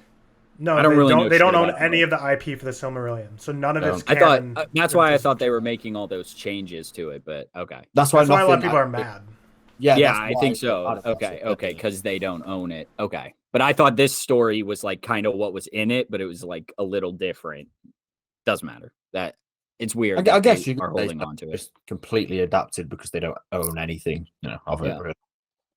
Couple things. I'm just going to keep us going a little bit. Couple things to fly through. Glass Onion. It's getting a 1-week theatrical release, November 23rd. And the big point I want to bring up here is please let us know. Do you want us to review that movie the week after, or would you like us to? Oh, it's not coming out where Seth is probably. Is it? I don't know. I haven't actually checked. Okay. Didn't you say it was for? Yeah, even on that point though, for if Seth's getting it or not, because it's getting a pretty widespread release that week, but it's not super widespread. Like not every single theater near you is gonna have this movie. It's like I think like 8,000 theaters total. I think AMC, Regal, but like local. It's 600. Oh, 600? Okay, I'm way off. Yeah. Because I know my local theater in Arizona and people in Colorado have this as their theaters is Harkins. I don't think they're getting them. And even like I don't think every AMC and Regal's getting them, but I'm not sure. But it's probably like not everyone will be able to go to the theater and see it unless you want to take a hike. Because that's the only comment I have for this was to echo what Cam said. Let us know if you want to see us review it that week or later. But if Seth can't see it, I'd rather just wait. I can see it. There's a few cinemas around me showing it. Okay. All right, yeah. So we'll do what the we could fans also want. do it. It comes out like a month later on Netflix for everyone. Just let us know. Maybe we can do a spoiler. We'll do spoiler free. Yeah, exactly. Whatever. Just give quick talk. And then I guess a new movie I didn't read up on a whole lot is called The Bike Riders. It's directed by Jeff Nichols, but it's got a kind of banging cast: Tom Hardy, Jodie Comer, Austin Butler, Michael Shannon, Boyd Holbrook, and Norman Reedus. Did any of you guys read up on this one a whole lot? I had a quick read. It looks interesting. The cast is great. Yeah, that's kind of what caught my attention. But then a stacked cast doesn't really mean anything. We've just we'll watched get a to certain that. film with an amazing cast. And I mean, let's be honest. That's fair. I don't know. It gives interest though. Yeah, definitely. This one just on the back of another thing we're getting a lot of is child stories retold as horrors. Winnie the Pooh movie coming out later this year, as well as The Mean One, a Grinch retelling in a horror version. Dumb. Coming out December 12th. That's going to be the greatest movie of all time. Keep them coming. Keep them coming. I don't care. Why are they all coming out? Like, I don't care. Fuck it. Keep it coming. Because Give me a Jurassic Park remake where it's Barney escaping and terrorizing the entire country. I don't care. These are campy. These are fun. Give me more. Listen, awesome. It's going to cost $100 to make a Mean One, 75 pounds, and it's going to make 3,000% of that. Yeah, it just, who cares? I'm at the point of who cares. I might see it, I might not. It probably will make its money back and then some, and then everyone will move on. Nicholas Hoult is in talks for Robert Eggers' Nosferatu, and then it's possible that he's replacing Harry Styles' character. Thank God. I don't know. George said, thank God. I think I saw like a tweet from Sydney. She was like, everyone is happy to hear this. I don't care. I don't know. I what do like you guys Nicholas think? Hoult. He's a good actor. Oh yeah, he's better than Harry Styles. Don't get me wrong, but I'm still kind of at the point like, I don't know. I don't think Harry Styles was horrible and Don't Worry, Darling. So I'm not going to be like offended if he were in this movie. Harry Styles in The Policeman. My Policeman. Did you watch that? Is that out? No, but I've heard good things about his performance. He was perfectly okay in Don't Worry, Darling. Like, he was. Obviously, Nicholas Hoult is preferred because he's a more established actor, of course. So I am very happy about that. But if it was Harry Styles, I don't. People just hate because it's Harry Styles. Let's be honest, and he wasn't. But it's definitely a better actor. It's better. I also saw that from Discussing Film. The Twitter account is very. It sometimes is real news and sometimes is like fake news. Like I just saw, they tweeted like yesterday, like Taylor Swift was cast as Sue Storm in Fantastic Four. It might be two different accounts, and I'm not looking. No. One of them is Discussing Film. One of them is Disbussing Fit. Not the C, it's a B. I've gotten confused there too because I once saw the crazy. I just scroll my timeline and it's the same thing. It's two different accounts. One of them's a parody account of Discussing Film. I think oh my god! Wow, it is. It's like the stupidest rumors ever. It's and some of them I like almost like retweet. One of them said that like Bryan Cranston was cast as Reed Richards, and I almost retweeted. I was like, "Yo, no way!" This is a fake account. Yeah. Okay. Interesting. Now I'm like shook a little. Okay. What an interesting day for me. All right. Yeah. Whatever. We're moving on from that. But who cares? I guess he's replacing Harry Styles. I honestly don't know where I got that source from now, if it was Discussing or Disbussing, but no, I think that is. Well, yeah. If Sydney retweeted it, then I trust it. That's fair. That's fair. all over like, all the movie news websites, Screen Rant, that sort of thing. That is everywhere. Yeah, she's smarter than me. So, okay. Amsterdam, movie we're about to talk about, bombing at the box office. Which is, us four saw it, so we're not helping the cause, but boo the director, good, don't make any money, get him out of film. It made like $6.5 million on an $80 million budget. That's bad. That's real bad. That's not even... Are we jumping right into the review? Are we talking about the movie? I was going to go, like... Poor host. Do you want to? Yeah, let's do it. We should say that, like, I'm kidding. We understand if anyone doesn't want to watch. We've only watched this because it's a big release, but if you don't want to watch this, we completely understand that. Because read up on the. Let's jump right into it then. I'm cool with that. You guys cool with that? And we'll get to some other things afterwards. All right, so Amsterdam, it obviously has a major cast. It was obviously directed by David O. Russell, who, if you don't know anything about him, not going to get into it, but fuck that man. He can go die in a hole for all I care about. Horrible human. Not going to like talk about him at all when we talk about this movie. We thought when we first saw the scores of this movie, we were like, it might be getting review bombed because of how horrible a person it is. No, it's just a shit movie. Or not a very good movie. I'm not going to go as far as to say it's complete shit, but it's not a very good movie. Probably deserves the score it has. But Amsterdam is set in the 1930s. It follows three friends, Christian Bale, John David Washington, Margot Robbie, who witness a murder, become suspects themselves, and uncover one of the most outrageous plots in American history. Who's going first? Is it Tyler who's going first today? I don't know. Thoughts, yeah, I'll go for it. So. Well, first off, just commenting back on when you said it bombed. So people say movies bombed, but that's like that's a bomb. That's very bad box office scores. But I just couldn't care for this movie at all. The whole movie hinges on you really valuing these three friends that grow this strong bond while together in Amsterdam, which I just didn't care for their friendships. I did not buy John David Washington and Margot Robbie's romance for a single second. I know some of you don't agree with this, but I've heard some other people echo this, that I thought John David Washington's character was so poorly acted. For me, the way I saw it, like I would picture myself like in a movie, like you're immersed in it, which I was never that immersed in this movie. But every time he had a line, I just pictured the director like holding a camera in front of his face because it just felt so forced, so just didn't flow. I just did not care for his performance, and just all in all, didn't care for this friendship. Robert De Niro didn't want to be there. Why was Taylor Swift there? Nothing in this movie. I didn't care about. Why is it Amsterdam? Who cares about Amsterdam? It didn't even matter this plot. It's literally a murder mystery that I couldn't give less of a fuck about, and I was bored the entire time. That's where I'm going to leave it. Yeah, that's fair. Seth, what do you got for us?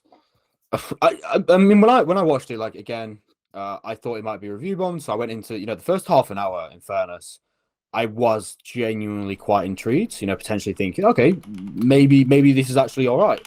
And then so when you get into it, it's like Tyler said, they rely on you connecting with this friendship, which no one cares about. I actually echo Tyler's thoughts that John David Washington, I don't think he was horrendous. He was just boring. I thought the whole cast, Bar, Bale, and Robbie, were pretty just dead behind the eyes. Most of them just looked like they didn't want to be there. Maybe due to, let's be honest, how poor the script was as well. The script was lifeless. The jokes rarely landed, and the only ones that tried their best to keep the intrigue going throughout the performances were Margot Robbie and Christian Bale. But again, I just found it pretty tedious for the most part. There was a few moments I actually didn't. I quite liked the way it was shot, the cinematography. I actually quite enjoyed that. But it was pretty tedious. It was not very coherent. They relied on you connecting with the characters, which I just didn't care about. Same as Tyler, and I just think.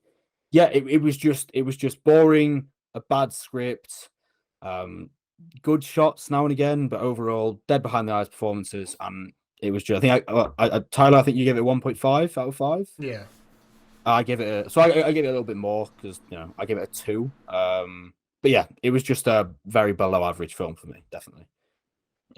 Yeah. George, your thoughts? They said everything I thought. I know every single thing they say. It's just a disappointment. It's not the first time we've seen a cluster of acclaimed actors and actresses and turn up in a disappointing movie. But while I was watching this, I was like, this genuinely feels like Robert De Niro is just here for a paycheck. Margot Robbie's just here for a paycheck. And I was texting Tyler after we watched it, like, I don't know if they were genuinely bad or if Christian Bale was just so good, he made everyone else look like a piece of shit around him. The only reason I give this movie a 2 out of 5 is because I thought Christian Bale was genuinely entertaining in this movie. Excuse me. But other than that, also, I agree with Seth. Everything up until like the murder in question that John David Washington and Christian Bale got framed for, I thought that was great. It was tight. It was very tight. It was very witty. It was very, down to earth, grounded. Then you just bring in this whole slew cluster of useless, plain, bland characters that I just could not give less of a fuck about. And are we spoiling or no? Let's do a non-spoiler to start. Okay. Yeah. But then like what ends up like coming to pass and like this massive blah, blah, blah, no spoilers. It made no sense. It made no sense where the movie started. it kind of felt like David O. Russell wanted to make a Paul Thomas Anderson James Bond movie a little bit. Wes Anderson kind of as well. Yeah, it just didn't work out. He straight, because David O. Russell, and I know we're not praising him or talking, but his strong suit is just 5 characters, just 5 tight-knit characters in a room, and he showed that in the first 25 minutes of this movie, and then he just got so out of hand, and it just felt so bland. I saw a 10 p.m. showing of it. I almost wanted to fall asleep. I genuinely at one point almost asked Victoria to leave. When that credit started rolling, I've never walked out of a theater faster. Did you watch the little post-credit no clips? I didn't either. No. I was gone. I didn't even know there was. I was out the door as soon as they started. Yeah, I was. It was such a disappointment between, and to everyone listening, obviously this is all subjective, but between Don't Worry, Darling, Blonde, now Amsterdam, it's just been a disappointment train the last month or so. All of these were anticipated by all. Yeah, these were all. Don't Worry, Darling, and Amsterdam were 2 of my most anticipated movies of the year, and now they're in the back 10% of my rankings. Yeah, I was gonna note that we haven't gotten such a shit movie that we're all 0.5 this terrible, and we also haven't gotten a great movie. Marmaduke. Yeah, we haven't gotten a Marmaduke. We haven't gotten a 365 Days. We haven't gotten a On the Other Side and Everything Everywhere All at Once. So hopefully, towards the back end of the year, we're coming down to this is Oscar season. This is where people start putting out their good movies. I really think we'll get some good movies. Black Adam could be on either side, but it's probably going to be right in the middle. I think that'll be a middle. I think that'll be like a 3-star. I think it could be on either side, but who knows? The fact that we all agree or disagree so far, it's really annoying. I want to fight you guys. Yeah. What do you mean? Smile last week was great to see. Oh yeah, Smile. Yeah. And that's okay, George. That's gonna happen with Violent Night as well. You're gonna love it. Sure, I'm gonna think it's shit, and it's just boring. You're gonna love that shit. So that's Cam, what are your thoughts on it? Yeah, back to Amsterdam. I have it at a 45 out of 100, so a 2.5 out of 5. My big takeaway from this movie is I did really like Christian Bale. And like you guys said, up until the flashbacks, even after the murder happens and they're running away, I was pretty invested. And it's when they go to the flashbacks, when they get to these 3 friends, you don't care about them. I didn't have an issue with John David Washington. I think Margot Robbie's great and everything. Christian Bale, obviously great. The cast, I think they all do well. It might just be scripted. Unless everything's unless someone's truly horrible, again, I go back to it. Harry Styles, frowny face. I'm probably not. Leave him alone. I'm probably not going to notice it because I couldn't do that shit. I'd probably be a horrible actor, So it's not something I'll notice as much. It's kind of like the CGI thing. I notice it when it's truly bad, but not awful. I don't know. I didn't think they were terrible. Also, in my opinion, this movie's it's better than Blonde because it's not RAPE porn. It's better than, I don't know, Minions, in my opinion. It had some good things in it. It just felt fun. Yeah, it's better than Jurassic World Dominion, things like that. I want your thoughts on one thing. So we're kind of writing off Florence Pugh for an actress nomination because of how bad the reception for Don't Worry, Darling has been. Is it weird that I'm not writing her off? I'm not writing her off. Oh, okay. Well, then I am writing her off. We might not be, but people. I am writing her off. I don't think there's any chance that movie gets nominated for anything. My lead-up question was, could you see Christian Bale getting a lead actor nomination, considering how much this movie bombed? I think with the controversy as well, I just don't see it happening. Yeah. Especially how much it bombed. I just don't see that happening, to be honest. Although I think he was great. I echo all of the others. Also, it didn't need to be that long. There were some scenes. It was really long. What is the point of these scenes right now? 2 hours. Yeah, that's going back to 2 hours 20 or something. What you've all been saying about how it was all good and interesting till the flashbacks. When that happened, because basically it all leads up, the murder happens. What's in question? That's not a spoiler. It's just a murder mystery movie basically. And then they're let's take a step back. And then at that moment, my girlfriend literally turned to me and she's like, "No." And however long you think in your mind when you watch the movie for the first time, the flashbacks will be. Times it by 10. It is an hour and a half of backstory and flashbacks, and then the final 30 minutes it all comes in. Yeah, and And I know friends who like literally just want to see this movie because like, oh, Amsterdam, like that's like a fun town, like it's gonna be a fun vibe movie. I'm like, no, like all that takes place in Amsterdam, really like, in a room. Like there's no, Yeah. I wouldn't be surprised if they never went there to film any of this. Like, Yeah. it, And It I was will just say, incredibly average. It was just incredibly average. I will say, and I'm going to attribute this to just having a newborn and also no one being in my theater. I fell asleep for 10 minutes. I'm not kidding. I also, though, I was laying down. I sprawled out across like three chairs. Yeah. I laid down during this. Dude, there was one other person in my theater, and they were like 3 rows down from me. Me and Tyler said this. Like, it's, I don't know about you, George, as well, but like in my cinema, there was like, I think there was probably about 10 people, and at least 7 of them left about an hour and a half in. And that was Tyler as well. Yeah. Like I was tempted. Like, I'm not even gonna lie. At one point, I was on the back row. I literally just scrolled on my phone for like 10 minutes because I was that bored. Yeah. And like loads of people left. At one point, like Seth, you texted during it, and I was like, "There's no And that's me as well because I put my phone in like the other room when I watch films. I really want to. But I was just so. And there was people leaving. At one point, I was like, I might leave. This might be my first film I've ever left in the cinema. But... So it was fun. No one left my theater. I went to a late 10 p.m. showing, so my theater was like 10 people deep. You said that was the biggest theater you've ever been in, right? Massive theater. Oh, yeah. This theater was New York City, right? It was like right huge, downtown. and it was empty. There was like 10 of us, maybe. Like me and Victoria moved up like 6 rows. Everyone else in the theater, no one left. The only movie that people have left from this year, this new release, is Men, which is understandable. Oh yeah, loads of people left. So people left Men. I was so tempted. Yeah, but everyone else in my theater for Amsterdam was like middle-aged to like elderly, and they were dying of laughter. They were finding the comedy. I kept looking at Victoria. I'm like, that wasn't even remotely funny. Like that was not funny at all. And I'm usually like respectful when it comes to like looking at my phone during a movie. I don't do it. Even if I'm home, like I like to put my phone down, especially in the theater.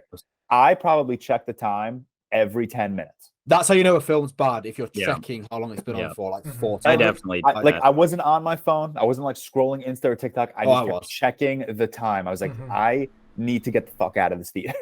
Yes. That's how it makes you feel. You just sink into your seat, waiting for time to go by. Oh my god, it was so boring. It's so boring. At my showing, it was me and my girlfriend, and there's 4 other people in the theater. The 2 people in the theater other than us looked about our age, maybe a little younger, like 20, 21. They both left at about an hour in. And the 2 other people were older, like George said, but we were walking right behind them. We were walking out, and they were like, they just spoke to each other like, that was shit. And I'm like, that basically explains it. So if you think we're just like 4 high and mighty film reviewers on this podcast saying we hate on this movie, like, genuinely, like, true. But genuinely, like, people walked out of Seth's theater, people walked out of my theater, like, genuinely people I know who have seen this movie do not like it. So it's not just like us being all film bro.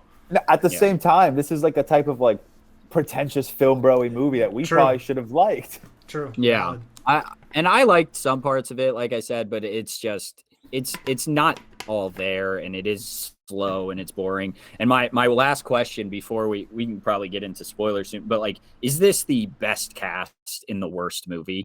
I'm sure there's got to be worse. There's got to be worse because I don't have it that low, at least for me. But every time someone else came on this screen, I'm like, holy shit, I didn't know Rami Malek was Anya Taylor-Joy, Rami Malek. Anya Taylor-Joy. Like, and then Bob De Niro comes in like halfway through. I knew he was in it, but if you didn't, like, what a cast to just Michael be Myers, shit. like Michael Myers, Michael Shannon is in it. Michael like, Shannon, so many. Bad. I thought like I didn't rate House of Gucci that high. That was very disappointing, and that was a crazy cast. I know I'm in the minority, but like Once Upon a Time in Hollywood, I don't have rated that high, and that's an incredible cast. Even Don't Worry, Darling, you could argue is a pretty solid cast. You know, like Once Upon a Time in Hollywood, that's like even now you don't rate it that highly, but a lot of people do. I think this film it's got, but like, it's also outside of Leo, Brad Pitt, Margot Robbie. Who else is in that? Like Margaret Qualley's big now. Qualley's in it. She's not big in like mainstream. Dakota Fanning. She's kind of big in. It's just a couple of Austin Butler. Yeah. Austin Butler. I have a question. Do we think Austin Butler's great now? Like, is everyone all in on Austin? I'm all in. I'm all in. I'm not all in. I'm okay waiting. because I saw that. I think he was great as Elvis. Yeah, don't get me wrong. I think he should win the Oscar, but we said the same thing. I need to see more because that was kind of my question with like Elvis the bike is just so. It's such a specific tone of It fits voice that- and yeah, acting yeah. style that he perfectly nailed. I'm waiting for Dune 2. I'm waiting for the Bike Riders, wherever that movie's coming Is out. he in Dune too? Yeah, he's playing the Emperor's nephew. Oh shit. Yeah. That's kind of hype. So is Florence Pugh. So is Florence Pugh. She's also in that. Yeah, she's in it too. She's Yeah. swimming in roles, isn't she? Yeah, but that's what I was gonna say with yeah. the Bike Rider Yeah. is like his name doesn't bring me to it yet. It's the Tom Hardy, No. it's the Jodie Comer, it's the Michael Shannon like brings me Yeah. to it. But, No I mean, one's he's an going to see a addition. movie. But Yeah, no one's going to see I'd a like movie to right hear- now for Austin Butler. I'd like to hear Tyler's because I'm definitely with George on this. Like, Yeah. Elvis is such a specific role. I actually only watched Elvis last week, so it's like fresh, and it was such a specific role, but it was done so well. But like, I'm definitely not sold. Tyler, I know you said the word, didn't you? I'm higher on Once Upon a Time in Hollywood than most, and I thought his character did good in that. Well, I enjoyed him in that. I thought he played the role of Tex well, and then he followed. oh, up I with like Elvis. him a lot. Yeah, so I don't know. Just give me 2 strong movies until he gives me a reason to. Otherwise, I'm sold. I'm ready for him. He's still he was on Zoe 101, right? Is that what I remember him from? He's still very Nickelodeon in my mind. Like I Was it I Nickelodeon or forgot. Disney Channel? But I don't know. I think he bounced around a couple thought of he was shows on as, like minor iCarly roles. and Zoe 101. What show was Austin I Butler think you on? might be right. Yeah, Victoria coming in with the clutch assist here, maybe. The Carrie Diaries. Nah, Never that's heard not what of I'm thinking of. That's not what I'm thinking of, but doesn't matter. anyways. Back to Amsterdam. Let's get into spoilers. Any non-spoiler thoughts? So just to recap, George 2 out of 5, Tyler 1.5 out of 5, Seth 2 out of 5, and then I have it at 2.5 out of 5 of 45 out of 100. think Tyler, some what was your people score out of 10? Sorry, go on. Score out of 10 was like a 3.2, I think. Yeah, I think it's a film where it was definitely not the worst film of the year, nowhere near. But I think some people probably will enjoy this. It is a film. You might enjoy it, but we didn't really. That's it. So any like spoiler thoughts, George? You can give yours. I don't even care to talk spoilers about this movie. My one thing is like it started, and like I said, the movie started as such like a grounded, like nice, tight knit, just group of friends. They got framed for a murder. Let's go from there. And then it turns into this whole cluster of Nazis and Dude, yeah, it took a weird Where did that come Nazi from? turn. Yeah, right. I agree. So dumb. It was Like, Set so that up in the start of the movie, so you kind of know it's there. But dude, like, they panned out of like the Rami Malek's house, and you saw like the bushes of like the swastika, and I'm like, yeah, where the fuck did this come from? and it's like, but they say in it that it's like you wouldn't notice it unless you were looking at it from the top, and it's like, well, you didn't show it to us from the top, so how the so It it just doesn't matter. came You out of didn't nowhere. give us a clue. You just Oh, showed God. us bushes. Like you didn't. I don't know. It was just a cluster Zoe of things. Saldana's in this too. I forgot about that. Sorry. Yeah, Chris she is. Rock. Chris People Rock. thought she was really good, actually.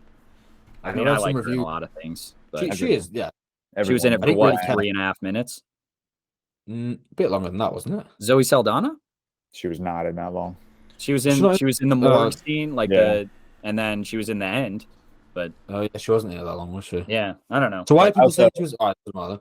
I don't know. Oh, Doesn't wait, matter. The only something funny. spoiler. Oh, go ahead, George. No, you go. You go. I was gonna say the only spoilers I really care to talk about is one, if you're a pop star being cast in a movie, your fate is not going to end well, and two, Rami Malek, and I feel like the final end of this film with like who the villains ended up being was so obvious. Like maybe it's just Rami Malek. I see him and I'm immediately like bad guy, but then like the guy who tried to kill him in the beginning of the movie is the one who ends up trying to shoot him at the end. So it's like Yeah. It was so there's obvious. it's dumb. Nothing. Taylor Swift. Timothy why? Oliphant. Also, where are we at with Taylor Swift then? Just like Harry why Styles, was she in this movie?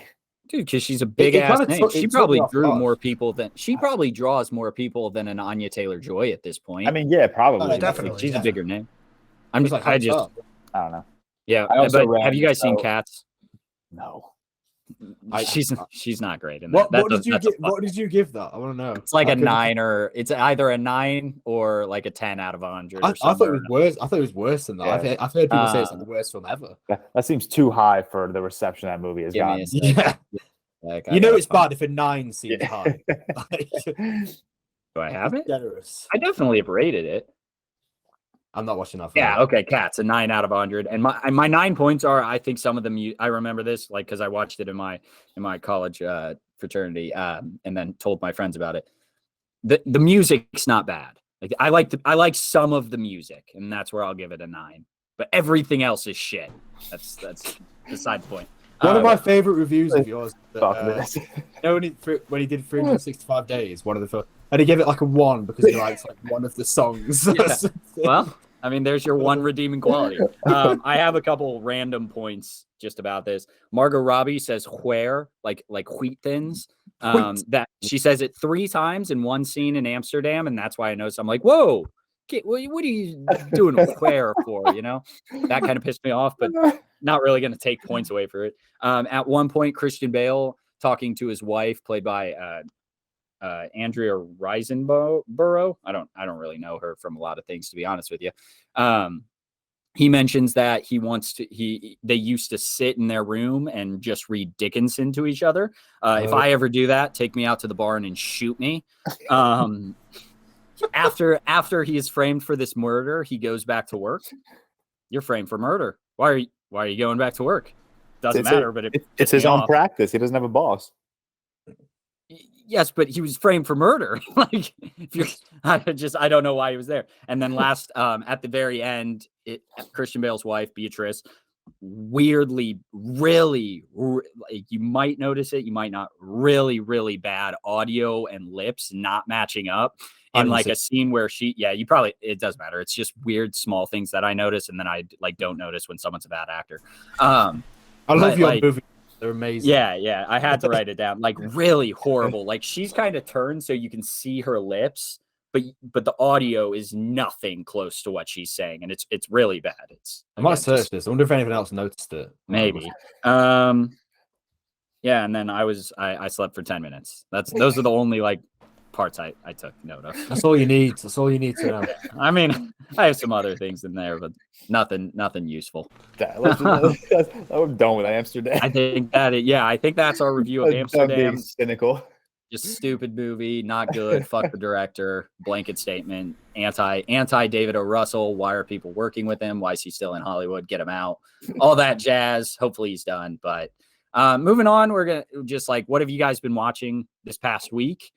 So we have a couple things like She-Hulk came out, Andor, a new episode, Rings of Power, new episode. I just caught up on House of the Dragon, but we'll talk about that more in a single episode, maybe in a couple weeks, whenever it's over. And then new show, The Midnight Club. Seth, that's what I watched yesterday. That was a little spooky. Yeah, I've seen the first 2.5 episodes. It's good. I like it. It's not as good as Haunting of Hill House. Oh yeah, but that's just an obvious. Naturally. Did you guys like Bly Manor? Yes, not as much as Hill House. I also think Midnight Mass is better than Bly Manor, but I think all three of them are. Are they the same? Are they the same guy? Yeah, Mike Flanagan. Mike Flanagan. I didn't know he did Midnight Mass. Interesting. Okay. Well, yeah. So, have you guys been watching anything? You want to give any? I want opinions? Quickly talk about Werewolf by Night if we can. Oh yeah, true. Yeah. I'm sorry. I watched that. I liked it. Yeah, we all watched that. I'm shocked Seth did, but I. Yeah, it's black and white, bro. Come on. Yeah. This is your time to make a joke about that. George, you brought it up, then you can give your thoughts. I think we all have relatively similar thoughts again, but I think we liked it. Yeah, I mean, this can be quick because it was only like a 54-minute TV special, but I mean, give me more Michael Giacchino in the director's chair as much as possible. I love that Marvel took this risk. I love that they actually like genuinely gave him the reins to just do whatever the fuck he wants, and he gave us this awesome little homage to 30s and 40s monster horror films. I will say I enjoyed the black and white aesthetic. I thought it was an interesting choice, especially considering, this is in the MCU. I'm surprised Feige greenlit something 99.9%. I don't know if it'll be connected, though. I don't know if it'll be connected, but I thought it would have been. I mean, what do I know? But I thought it might have been connected somewhere. Like maybe down the line they might, but I don't know if when they like greenlit it, they have like plans to connect it too much. But I'm sure with the reception it's getting, it may like bring back Man-Thing, bring back Werewolf. It's getting great reception, and I wish they kind of like pushed the boundaries of like horror a little bit more. I really do. I thought some of the practical effects were awesome. It is MCU. It is MCU, so I don't hold it against them, but still. But overall, I also think black and white allows them to do like they did a splatter of blood on the camera, but it's like, it's like it's black, right? So it's not red blood dripping. You might be able to get away. I was surprised when like arms were being cut off and stuff like that. It was like, well, like I really, it was just refreshing for an MCU project, wasn't it? Yeah. Tyler, any thoughts? Nothing that hasn't already been said. Give me more Michael Giacchino as a director. Love that they gave him creative freedom. Acting performances were all great. Breath of fresh air, like you said. Yeah, there's nothing really negative I have to say about this. I agree with George. It didn't push the horror boundaries crazily. It's I'd say it's a little more horror than Doctor Strange Multiverse of Madness. So I'd say this is the most horror they've gone. But it's like Seth said, it's MCU, so it's not going to be anything you're going to be losing sleep over. But genuinely enjoyed this. It's not great, but it's very good. Yeah, and one thing that I have issues with, like, I didn't know if I was going to rate this as a movie or not. It's only 54 minutes, like you said, but I decided to because why not? It's not so I have it at an 80 out of 100, I think. Okay. So I gave it a 4 out of 5. So I'll 79 out of 100. I have it 3.5, so around like similar. Yeah. So but one of my issues with it is I'm okay with, like, I obviously MCU defender. I have to say that every time before I say something about the MCU, so people know like where I'm at, so I feel more credible. But obviously I'm okay with the MCU humor. I like the lightheartedness of it a little bit, and I'm also okay when they go this dark route. My opinion on this, I didn't like it as much when they did the dark route with some MCU humor in it. Like, I agree. Yeah, that kind of bugged me a little bit. I'm okay. I liked Thor: Love and Thunder because I knew it was going to be a comedy romance with Thor in it. Like, I knew it would have like comedy. If you didn't know that, you're kind of stupid. But it's like most people did. Like, it doesn't really. Exactly. Like, I actually don't mind the humor in some of the MCU films, but that's a bit weird. Black and white tried to put like gore in it, different things, yet there's still like this light humor. They have a couple points, and that like kind of irked me. But again, I still really liked it, and I still like rate it fairly highly in the grand scheme of things. And any other thoughts? Go Michael Giacchino. I would like to say thank you for the people on TikTok. I finally got around to watching the Before trilogy this week. Oh, yes, you did. Yeah, you did. Man, it's so good. One of the best. The best on-screen chemistry I've ever seen. The best. I'm so happy you enjoyed it as much as you did. did. I gave the second Before Sunset. Yeah, Before Sunset. I gave it a 5-star. I have all 3 of them at 4.5 stars. I'm watching the third one like after this. So yeah, amazing. Like Cam, Tyler. I don't know if you watched them. Please watch them. I haven't seen them. You'd really like. I've said that. Yeah, I need to get around to it. They're all better than the big six. Watch them no, they're not. Your wife. I think. I know. I want to watch it with her, but we just got to find time. It's kind of hard these days. They are quite short, which is quite nice. They are. Nice. The second one's like 80 minutes. Yeah, you mentioned it, George. I got you and Seth both to watch The Big Sick. Yes. I'm disappointed in the score, but you did like them. What do you mean? I give it a 4.5 out of 5 stars. I know, but I wanted it at the 5 rating. I know. No, listen. For what it was, it made me cry 3 times. Yeah, I know. And I'm happy with that. It's a beautiful, fantastic movie that I thoroughly enjoyed. I'm upset that I waited 5 years to watch it. This movie came out in 2017, right? Mm-hmm. I think so. But it's already in my top. It's already in my top 5 rom-coms. That would probably be my top 5 rom-coms, like pretty easily. Yeah. You can't be upset at that. I'm not upset. I'm just upset it got kicked out of something that I wanted it in. Certain collection or something. It's not in the. Yeah. It's not in the ReelTok collection. Hint. Wink, wink. We had so many comments about that as well. Yeah, someone did. What could it be? But yeah, I love that movie to death. Any other things you guys have been watching? Tyler, I know you run through a lot of movies a week. Anything special this week? Just watch Inside Out for the first time. Class, 5 out of 5 easily. Rewatching the Cars trilogy, and honestly, I went into it with bad intentions. I went into it thinking that everyone's calling it overrated, and I loved them growing up. That I was gonna watch them and be like, no, these are actually not overrated. These are properly rated at like the high regard. And now I think I'm lower on all of them than all of you. Like Cars 2 was an easy 1 out of 10. Cars 2 was awful. I think Cars 3 I gave like a 5.9 out of 10, or Cars 1 I gave a 5.9 out of 10. I'm like, I went into it planning on being like, you guys are all idiots and haters, but now I'm like the lowest of the group. Like Cars. That's how you know it's bad. If you go into it with low expectations, then it's worse. If we get one Cars Defender comment, I'm banning them. I'm banning them from whatever site it is. I get hundreds of comments. Too many from car defenders. It's mad. Yeah. But yeah, I'm behind on Rings of Power. Like I said, I caught up on House of the Dragon this week. Great, really good show. I catch up on album 2. The Midnight Club. I'm sure you guys will get around to it eventually. Andor's last episode was really good. Probably my favorite of the series so far. Good character moments. I've heard it's really from like pretty much. Yeah, that's kind of where I've been at. I haven't. I watched Bodies this week. How was it? George, I really liked it. I really liked it. It's a 4 out of 5 for me, so I have it at an 84 out of 100. Just really. I like horror comedy, like, and especially when it's done well. Seth, you don't like. Shaun of the Dead is like one of my favorite comedy ever, so I can't say that I don't because but I don't love it. Like Ready or Not, for example, I didn't love that. But Bodies, like I've heard pretty positive things. It's got pretty good reviews, so I think I'm gonna have to go try and see that. Really George, did you rate it 4 as well? Yeah, I have it 4 to 5 stars as well. I rate it pretty highly. It's in my top 10 A24 horror movies. I'll watch it. Yeah. So good movie. But all right, moving on. Well, we'll get a little tease. We can tease it for next week. I don't think we have enough time. Maybe we'll do a little Fincher versus Nolan debate. We don't have enough time. No, we don't have enough time today because I know we have some differing opinions on that. So maybe we'll get to that next week. But I think so this week in a draft style, we're going to build our own movie. So we're going to do one main actor, one main actress, one supporting actor and one supporting actress, one director, composer, and then one genre. So it'll be 7 rounds. So a little different, but hopefully we can make all the graphics work. The order was decided by a random generator. Tyler, Seth, George, Cam, George. Sorry, George. Almost. Yeah, I know. Rigged. I know. We should mention as well, they have to be working today because Cam. Yes. That was so 10 crazy. minutes. I didn't realize I didn't say that, but like my plan was always, and so when you guys were like upset about it, I'm sorry. That's my fault. You know me. I like all the things. Yeah, I know. I'm so sorry. Had to. I just imagine like Seth freaking out that he can't put his genre as like whatever Steamboat Willie is. Like shit, it has to have audio. You're a hard. I know. Also, quick disclaimer: George is 3-0 in this bullshit, and I'm certain.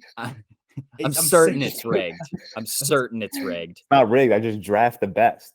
No, vote on Twitter. One that was like, okay, he's won that. The other two, mate, you had good drafts. I'm not going to doubt it, but okay, they weren't even close. They were just clear every time. There's only 4 of us, so you have to understand. Like none of us are drafting poorly because of the selection size is so big, and there's only 4. You're so clear. You're so on top. Yeah, like you beat everyone by 11. It's not like it's like a close. You guys are like here with the drafting. I'm just like here. I'm better at drafting. Okay. We should do it one time, and we don't say. Don't say. All right, let's get started. One day we're gonna fuck with you people, and if it's just random Twitter votes and you didn't listen to the episode, you're screwed. Yeah, you're screwed. But so yeah, let's get right into it. Tyler, you're starting us off. Give us also this is like last week's draft. It can be in any order. Is that all right? Yes.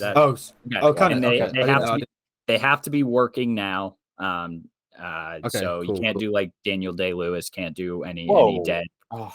He's not working now. I said that. I did say that. I thought you meant like alive or dead. He even gave that as an example. I gave that as another thing. We're just gonna put it up for debate, but your main actor has to be like a main actor. So you can't pick. We'll debate this. Yeah, we'll debate it. It gets very iffy, but like you can't put Leo as like a supporting actor. I think that's what I'm pretty confident he won't make it there. But like someone like Leo, you can't put him as a supporting. Yeah, exactly. So, alrighty, Tyler, you got it, man. Cool. First round, first pick, Hans Zimmer, composer. Oh, you son of a fuck, bro! Why it's a bad pick, but no, I like it. That's a great pick. That was gonna be my second pick. It's the thinnest category. Yeah, but I think you can get some gems in there. Okay, continue. Okay, Mr. Seth. I don't know what to go for the first thing. I might. I'm gonna take my main actor. I'm gonna say Joaquin Phoenix. Ooh, good pick. What? Interesting. I wouldn't have picked him because I just didn't even think of him. But beautiful. I for sure would not have picked him. I know that's not like the obvious choice, but I'm working. I like him. Okay. I'm going this week. I don't know if I want to pander to the community and win it like that, or if I just I'm not doing pick it my anymore. favorites. I won't win anyway. I think I'm gonna go with my favorites, and I'm gonna just go with the man himself. I'm gonna go with Ryan Gosling, starting us off with the main actor. You guys get mad that you don't win these drafts, and your first 2 picks with everything on the table. Fuck Leo. Fuck Leo. Is Joaquin Phoenix and Ryan Gosling. You could have picked Scorsese, Spielberg, Leo, anything, but you go with Ryan Gosling. I still and can pick Scorsese Bro, or Spielberg. Joaquin Phoenix, you're the biggest Joker defender I know. You should be backing that statement. Joaquin Phoenix is a great actor, but if you're going to sit here and tell me he's better than De Niro, Pacino, Leo. No, but now, I think he might be, but 100% right now better than them. De Niro is like my number 1 actor ever, but I'm not picking him because this is I do think if you look at a graphic, it may not do great. I'm going with like. Yeah, but I'm not doing that anymore. I'm not doing that. Stay true to you. I love that. It doesn't matter. Whatever. My first pick, I'm going arguably the greatest filmmaker of all time, Steven Spielberg. He's not the greatest filmmaker. No brainer. Stop. No, that would have been the greatest filmmaker. He is the greatest filmmaker. He is the greatest filmmaker. I'm just laughing because with our ReelTok TikTok this week about like Seth versus George and the Kubrick versus Nolan, I thought you were leading that up. He got arguably the greatest film director of all time, Christopher Nolan. And I was like, that would have just added so much fuel to the fire. I was so happy. I definitely think Seth thinks Kubrick's the greatest filmmaker. Probably. No. I actually don't. I would argue that Aronofsky. No, I was just trying to guess what Seth would say. I was just trying to guess what Seth would say. Kubrick's just my favorite. Like I would argue, if you're looking at the greatest filmmaker, I would argue that people like Hitchcock. I would argue Scorsese is more consistent as well. Like he's done it throughout the years. Spielberg has done some not good films the past like decade or so. Scorsese has kept it going. Like he has. So I would argue that Kubrick's just. I just love the guy. George, who's your second pick? Second pick, the second greatest composer of all time, John Williams. John Williams, damn you. That's who I'm going with. I'll be honest, I didn't think composers would be off the board this early. It's so thin. It's such a thin I mean, it's Hans category. Zimmer. It's John Williams, then it's Hans Zimmer, and then there's a gap. There probably is, but I think there's some great ones though. Like pick those up early. Since I'm going against Seth, I'm pretty confident I can get my composer. Mm-hmm. That being said, I'm going actress, and I'm going Florence Pugh, who is the best actress working right now. But I'm not going to get a lot of picks this week. I'll admit, it's just I think she's the best actress working right now. You can't get mad when you don't win this week. No, this week I might not. But last week I was. Also, last week I was. You mean the week where you picked Who's Nailing Palin? I thought that would get a couple pity votes for who would laugh at it. I think my 4 picks before were so good I didn't even need them, honestly. But I had George's minions who wanted. All right, Seth. That was a great. Isn't it Tyler? I thought it was Seth. No, you Seth. Yeah. That was the first pick. Yeah, the last it's definitely you. Yeah, good. It's definitely you.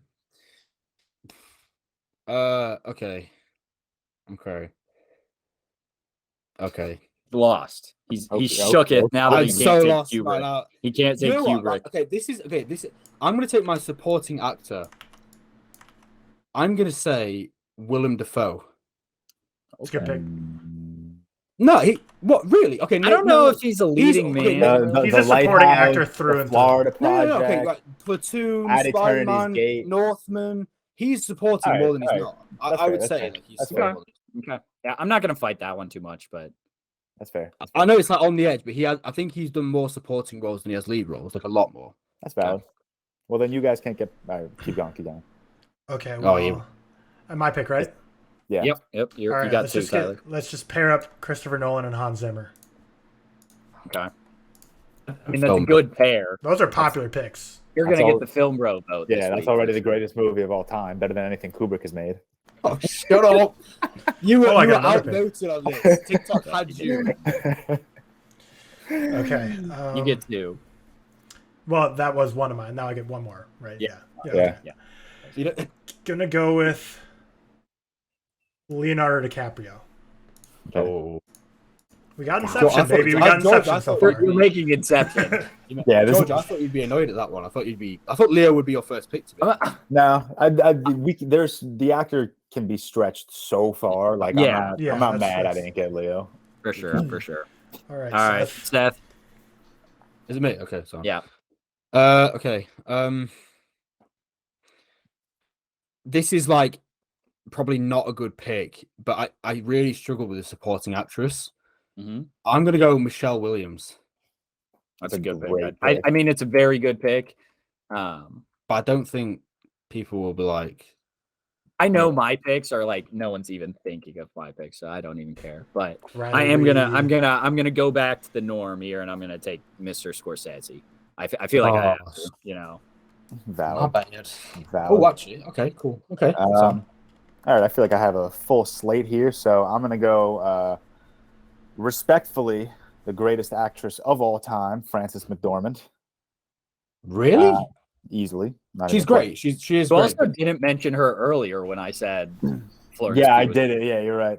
And then I'll go back to back. I'll take actor. I'm gonna go Jakey Gyllenhaal. Okay. How did you've got I the forget votes him off from- my list? I'm pissed at myself for not even having him. You've on got my the list. votes from everyone now. Jake Gyllenhaal. Yeah. Okay. Fine.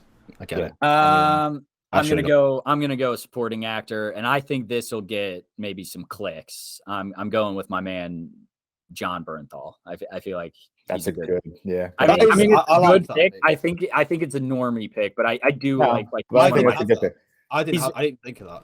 yeah, he's one of my favorite I didn't either, actors. No, I get that. That's a good pick. I just love him, but I think a lot of TikTok loves him too. So maybe I can sway some people. I like the Good pick. pick. All right, Seth. Seth, you're up. I'm gonna go director. I'm gonna go Paul Thomas Anderson. Great. Nice. Good pick. I think that'll work well with what we're currently rolling with. Yep. Okay, and then I'm up. Twice. Okay, so Yeah. I don't. We can debate where we can put this. Like, I'll put it in whatever category you think. But I was gonna do supporting actress Margot Robbie, but would you call her a main actress? I'd say she's a main actress. I'm fine with that. We can put her in main. She's all actress. if she's I think- on. I mean, you Yeah. can have her for supporting. No, I had her as my Yeah, main I would've- actress for a pick, but I was Or, trying to sorry, cheat the you can system have and her get you for to agree main, to supporting. sorry. Yeah, I'll take Yeah, no, you can have her for supporting. Are Or you taking her for main? main? Sorry. main. Yeah, Main. okay, yeah, main sorry. actress. And then I will go with supporting actor. I'm torn between two, but I'll go Paul Dano. Good one. That's a great one. I didn't even have that. She was my third. That was I'm easily I'm worried one. he won't get the clicks though. I feel like people don't match his face and who he is with his name very much. People just know the Riddler. Like That's, that. Yeah, maybe we'll God. just add the Riddler to it. Yeah, that's just put the Riddler's face. Yeah. Yeah, No, put Paul Dano, but put a proper picture of him. yeah, I will. There would be a picture, something like that. That's a good pick. I like that. All right, Seth, you can do a genre, a composer, or I believe you have supporting act. Or no, you have main. I have actress, sorry. main actress, don't I? Yeah. Yep. Okay. I'm just gonna take a genre that I think. No, I'm not. I'm gonna take a composer. I'm gonna say Howard Shore because I don't think people will take that one. No, So that's- I knew I'd. That's get just my a me composer. kind of pick. That's though, a isn't that's it? a good pick. That's a good pick. That's just a me I knew I'd get my composer. Michael It might be, yeah. It has to be. Come on. has to be. It has He has to be Michael. It drafted. might be. I'm also not taking him yet, but I'm gonna go with I'm taking such like a Gen Z or whatever the fucking Gen I am at this point. I don't know, but I'm going on a De Armas. She's supporting, I feel like, right? I don't think She wasn't supporting in after Blonde. after Blonde. I don't Yeah, think after She was the main She's- actress in you Knives were Out. saying lead. You were saying she was gonna get an Oscar. Damn. Now you're saying support. yeah, Oh, I thought I could get her for supporting. And Well, honestly, isn't she like the main in Knives Out? I mean, okay. yeah, not- she is. She's It's definitely like calling the main. Austin Butler a supporting actor after Elvis. So you can't- what are you doing? I mean, I would still call him a shoot. Now, I didn't even think of like, How did that even come to your mind? Yeah, you're bugging. You're bugging. oh damn, I thought I could get them both, man. And now, shoot, I can't get Emily Blunt. Emily Blunt, I thought would be like a main actress. Yes. Yeah, he's a No, Okay. she's- I need more time to think. I'm gonna just get my guy Michael Giacchino. Okay. Fine. I'm gonna take supporting actor. I'm gonna go Daniel Kaluuya. Beautiful pick. That's a good one. That's Pretty a really acceptable. good one. Is he support? I guess. Okay, Yes. I guess. Yeah, no, I guess he is more than he isn't he? Yeah. You think? Wait. Let's run through his filmography. He Get just Out. Yeah. Okay. Get but then Out. No, is he? Is he? no, he's Sicario. main. Sicario supporting. Sorry, supporting. Black Panther supporting. Black Panther supporting. Fine. He's main in Judas and the Black Messiah. Oh, he literally No, won for best yeah, supporting sorry. actor. No, sorry. he's not. And I Ana de forgot, Armas is way more of an A-list name than Daniel Kaluuya. Whether that should be the case or not, that's just the way it is. If I'm getting Willem Dafoe, I'm happy to give it to George. So I think that's fair. He's That's probably fine. been supporting him more than he hasn't. I agree. Give it to him. I appreciate that. I don't have a supporting actress ready, so I'm going to take a genre, science fiction. Had to be that for George. Had to be it. Yeah, it had to. I was. Yeah, okay, that's fair. I mean, come on. Spielberg and John Williams, they're about to make a master class in science fiction. Oh goodness, I'm. God, now I really got to do like. Give me a sec. Just give me a sec. Have you not got a supporting actress yet, George? Well, I don't have a supporting actress. None of us do. I have two people in mind, but I think I could think of someone better. Yeah, and I really wanted my. Oh shit! I know who I'm taking, and this is no, this isn't gonna win me anything. Shoot, no, I'm going away from that. I have one I'm surprised you're not taking, but it's perfect for Cam. Wait. Oh, I'm literally looking at best supporting actresses right now, Bro. This is your draft. You got to come I know. prepared. Dude, I really just didn't think about anything past Ana de Armas. Like I was like, okay, I'm getting her. You were the one who said she's gonna win the best actress this year. And now, Yeah, it's true. I mean, she was main. Oh, I'm taking Haley Steinfeld. Can I do that? See there, good pick. I call it. yeah, I like Not that. who I thought you'd take. There's a clear. I didn't have her down. Who do you think I would take? I'm not telling you. Like, Oh, there's other I- people that are drafting. Okay, that's fair. I thought you were going to take someone else, too. I have someone I want more who I I think think that's a pretty way good pick. more up and coming, and we can talk about her afterwards. Okay. But Seth, you're up. Yeah. Okay, so I'll go with my. Okay, I'll go with my main actress. I'm going to take Jodie Foster. I think that's like great. she's got to be one of the best. Have we all taken an actress so right now? Yeah, except yeah. you. No, No, he's not taking Tyler supporting. hasn't gotten his supporting. Okay. Supporting. Okay, so I'm for up. lead actress, Seth, I'm shocked you didn't take Natalie Portman. She Ooh, honestly, she was yeah. second. Like she Okay. was. It was between the two. I mean, you can't go wrong with either. I'm just shocked. There's a few more. There's a few that like were. There's probably one that you know as well, George. That like we both regard one of her performances as like No, Tony. Yeah. Tony. Yeah. And Olivia Colman. Shout out. I love Olivia Colman. All right. Tyler? So I have my final two picks. Yeah. So this is a supporting actress I thought Cam could have gotten for easy clicks, but also genuinely I think she could fit in with what I'm trying to do here. Zendaya.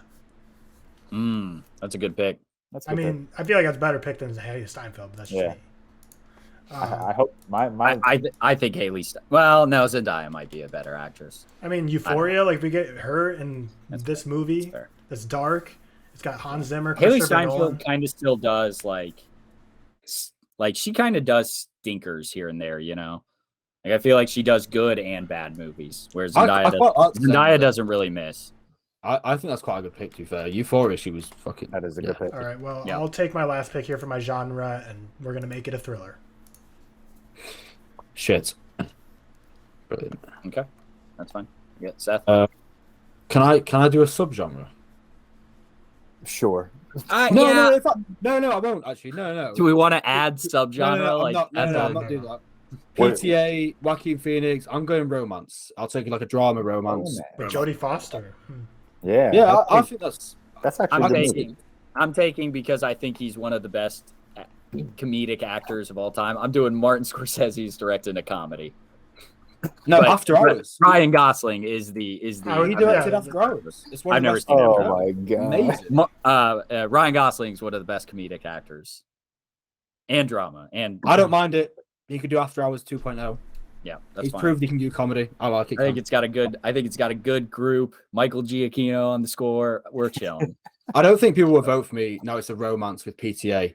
I'm not going to win, but I like my picks, so that's all. George. My supporting actress pick is strictly going for the votes, for the clicks. I'm taking Megan Fox. Good pick. Oh, Good pick. is it? Yeah, the Transformers. You kidding me? Yeah, but she's That's not right like. before I the mean, pick. She's No, she's supporting. not a good actress, but I mean, Yeah, but she's. I'm gonna. You might get- I'm gonna might make get a like very- random horny online people, but George is so good at this, man. I have to tailor it to my audience. That people It's are gonna no look wonder at- you've got the most. have to tailor to his horny audience. He says, "Man, Honestly, no wonder George has got the most followers because he just knows how to get clicks, views. That's it. yeah, that's fair." All right, so we'll run through it. Tyler, his picks: Hans Zimmer, Christopher Nolan, lead actor Leonardo DiCaprio, Margot Robbie as lead actress, Paul Dano supporting actor, and then Zendaya supporting actress. And then he's taking the thriller genre. Seth, main actor Joaquin Phoenix, supporting actor Willem Dafoe, supporting actress Michelle Williams. Paul Thomas Anderson is director, Howard Shaw is composer, Jodie Foster supporting actress, and then romance. I am taking Ryan Gosling as my main actor, Florence Pugh as my main actress, Martin Scorsese is directing, John Bernthal in the supporting role with Haley Steinfeld, Michael Giacchino is doing the score, and then comedy genre. And then George, Steven Spielberg's directing, John Williams to do the score, Francis McDormand. Time out. John Williams just retired, didn't he? We'll keep it. Fine. What do you mean he just retired? I thought he just retired, like with Darth Vader. Why can't I think of his name? No, I think he did, but we'll keep it. All right, George, just to run through it so we get a good clip. Sorry. George, Steven Spielberg directing, John Williams on the score, Frances McDormand actress, Jake Gyllenhaal actor, Daniel Kaluuya is supporting actor with Megan Fox supporting actress, and then the sci-fi is his genre. But yeah, I think everyone has a good list. I probably won't win this week, but I made a list of a movie that won't. No, I want to watch. I would see that movie. Yeah. John Williams is retiring after Indiana Jones 5. Yeah, that's it. Good job. Okay, I accept. Good work. Which can I just say will be such an average film For sure. Probably. Yeah. Could be good. Who knows? It's got what's his name who directed Logan and James Mangold. Yeah, James Mangold. He's a good director. But yeah, thank you guys for coming and listening. Thank you, fellas, for being here. I appreciate you all doing this podcast with me. Everyone who's listening, thank you so much for your support. Really, really incredible support, especially through like the first 4 episodes. It's quite insane. Please, like we said, subscribe, do whatever you can. It really helps us out. It's really important to subscribe on YouTube. If don't even turn your notifications on if you want, but just literally click the subscribe button. That's all you need to do. Follow us on Spotify, Apple, TikTok, Twitter, Instagram, anything at ReelTok Podcast. Please rate us 5 stars. Do whatever you can to really help us out. We appreciate it so much. Hopefully soon we'll maybe get a guest on here and there. We'll keep doing this kind of podcast if that's what people want. It seems like we're getting some pretty good feedback. So thank you everyone again for listening. Really appreciate it. Have a nice one. Yeah, and one final plug before we just sign off. So yeah, like normally on TikTok, I think we can all agree with this.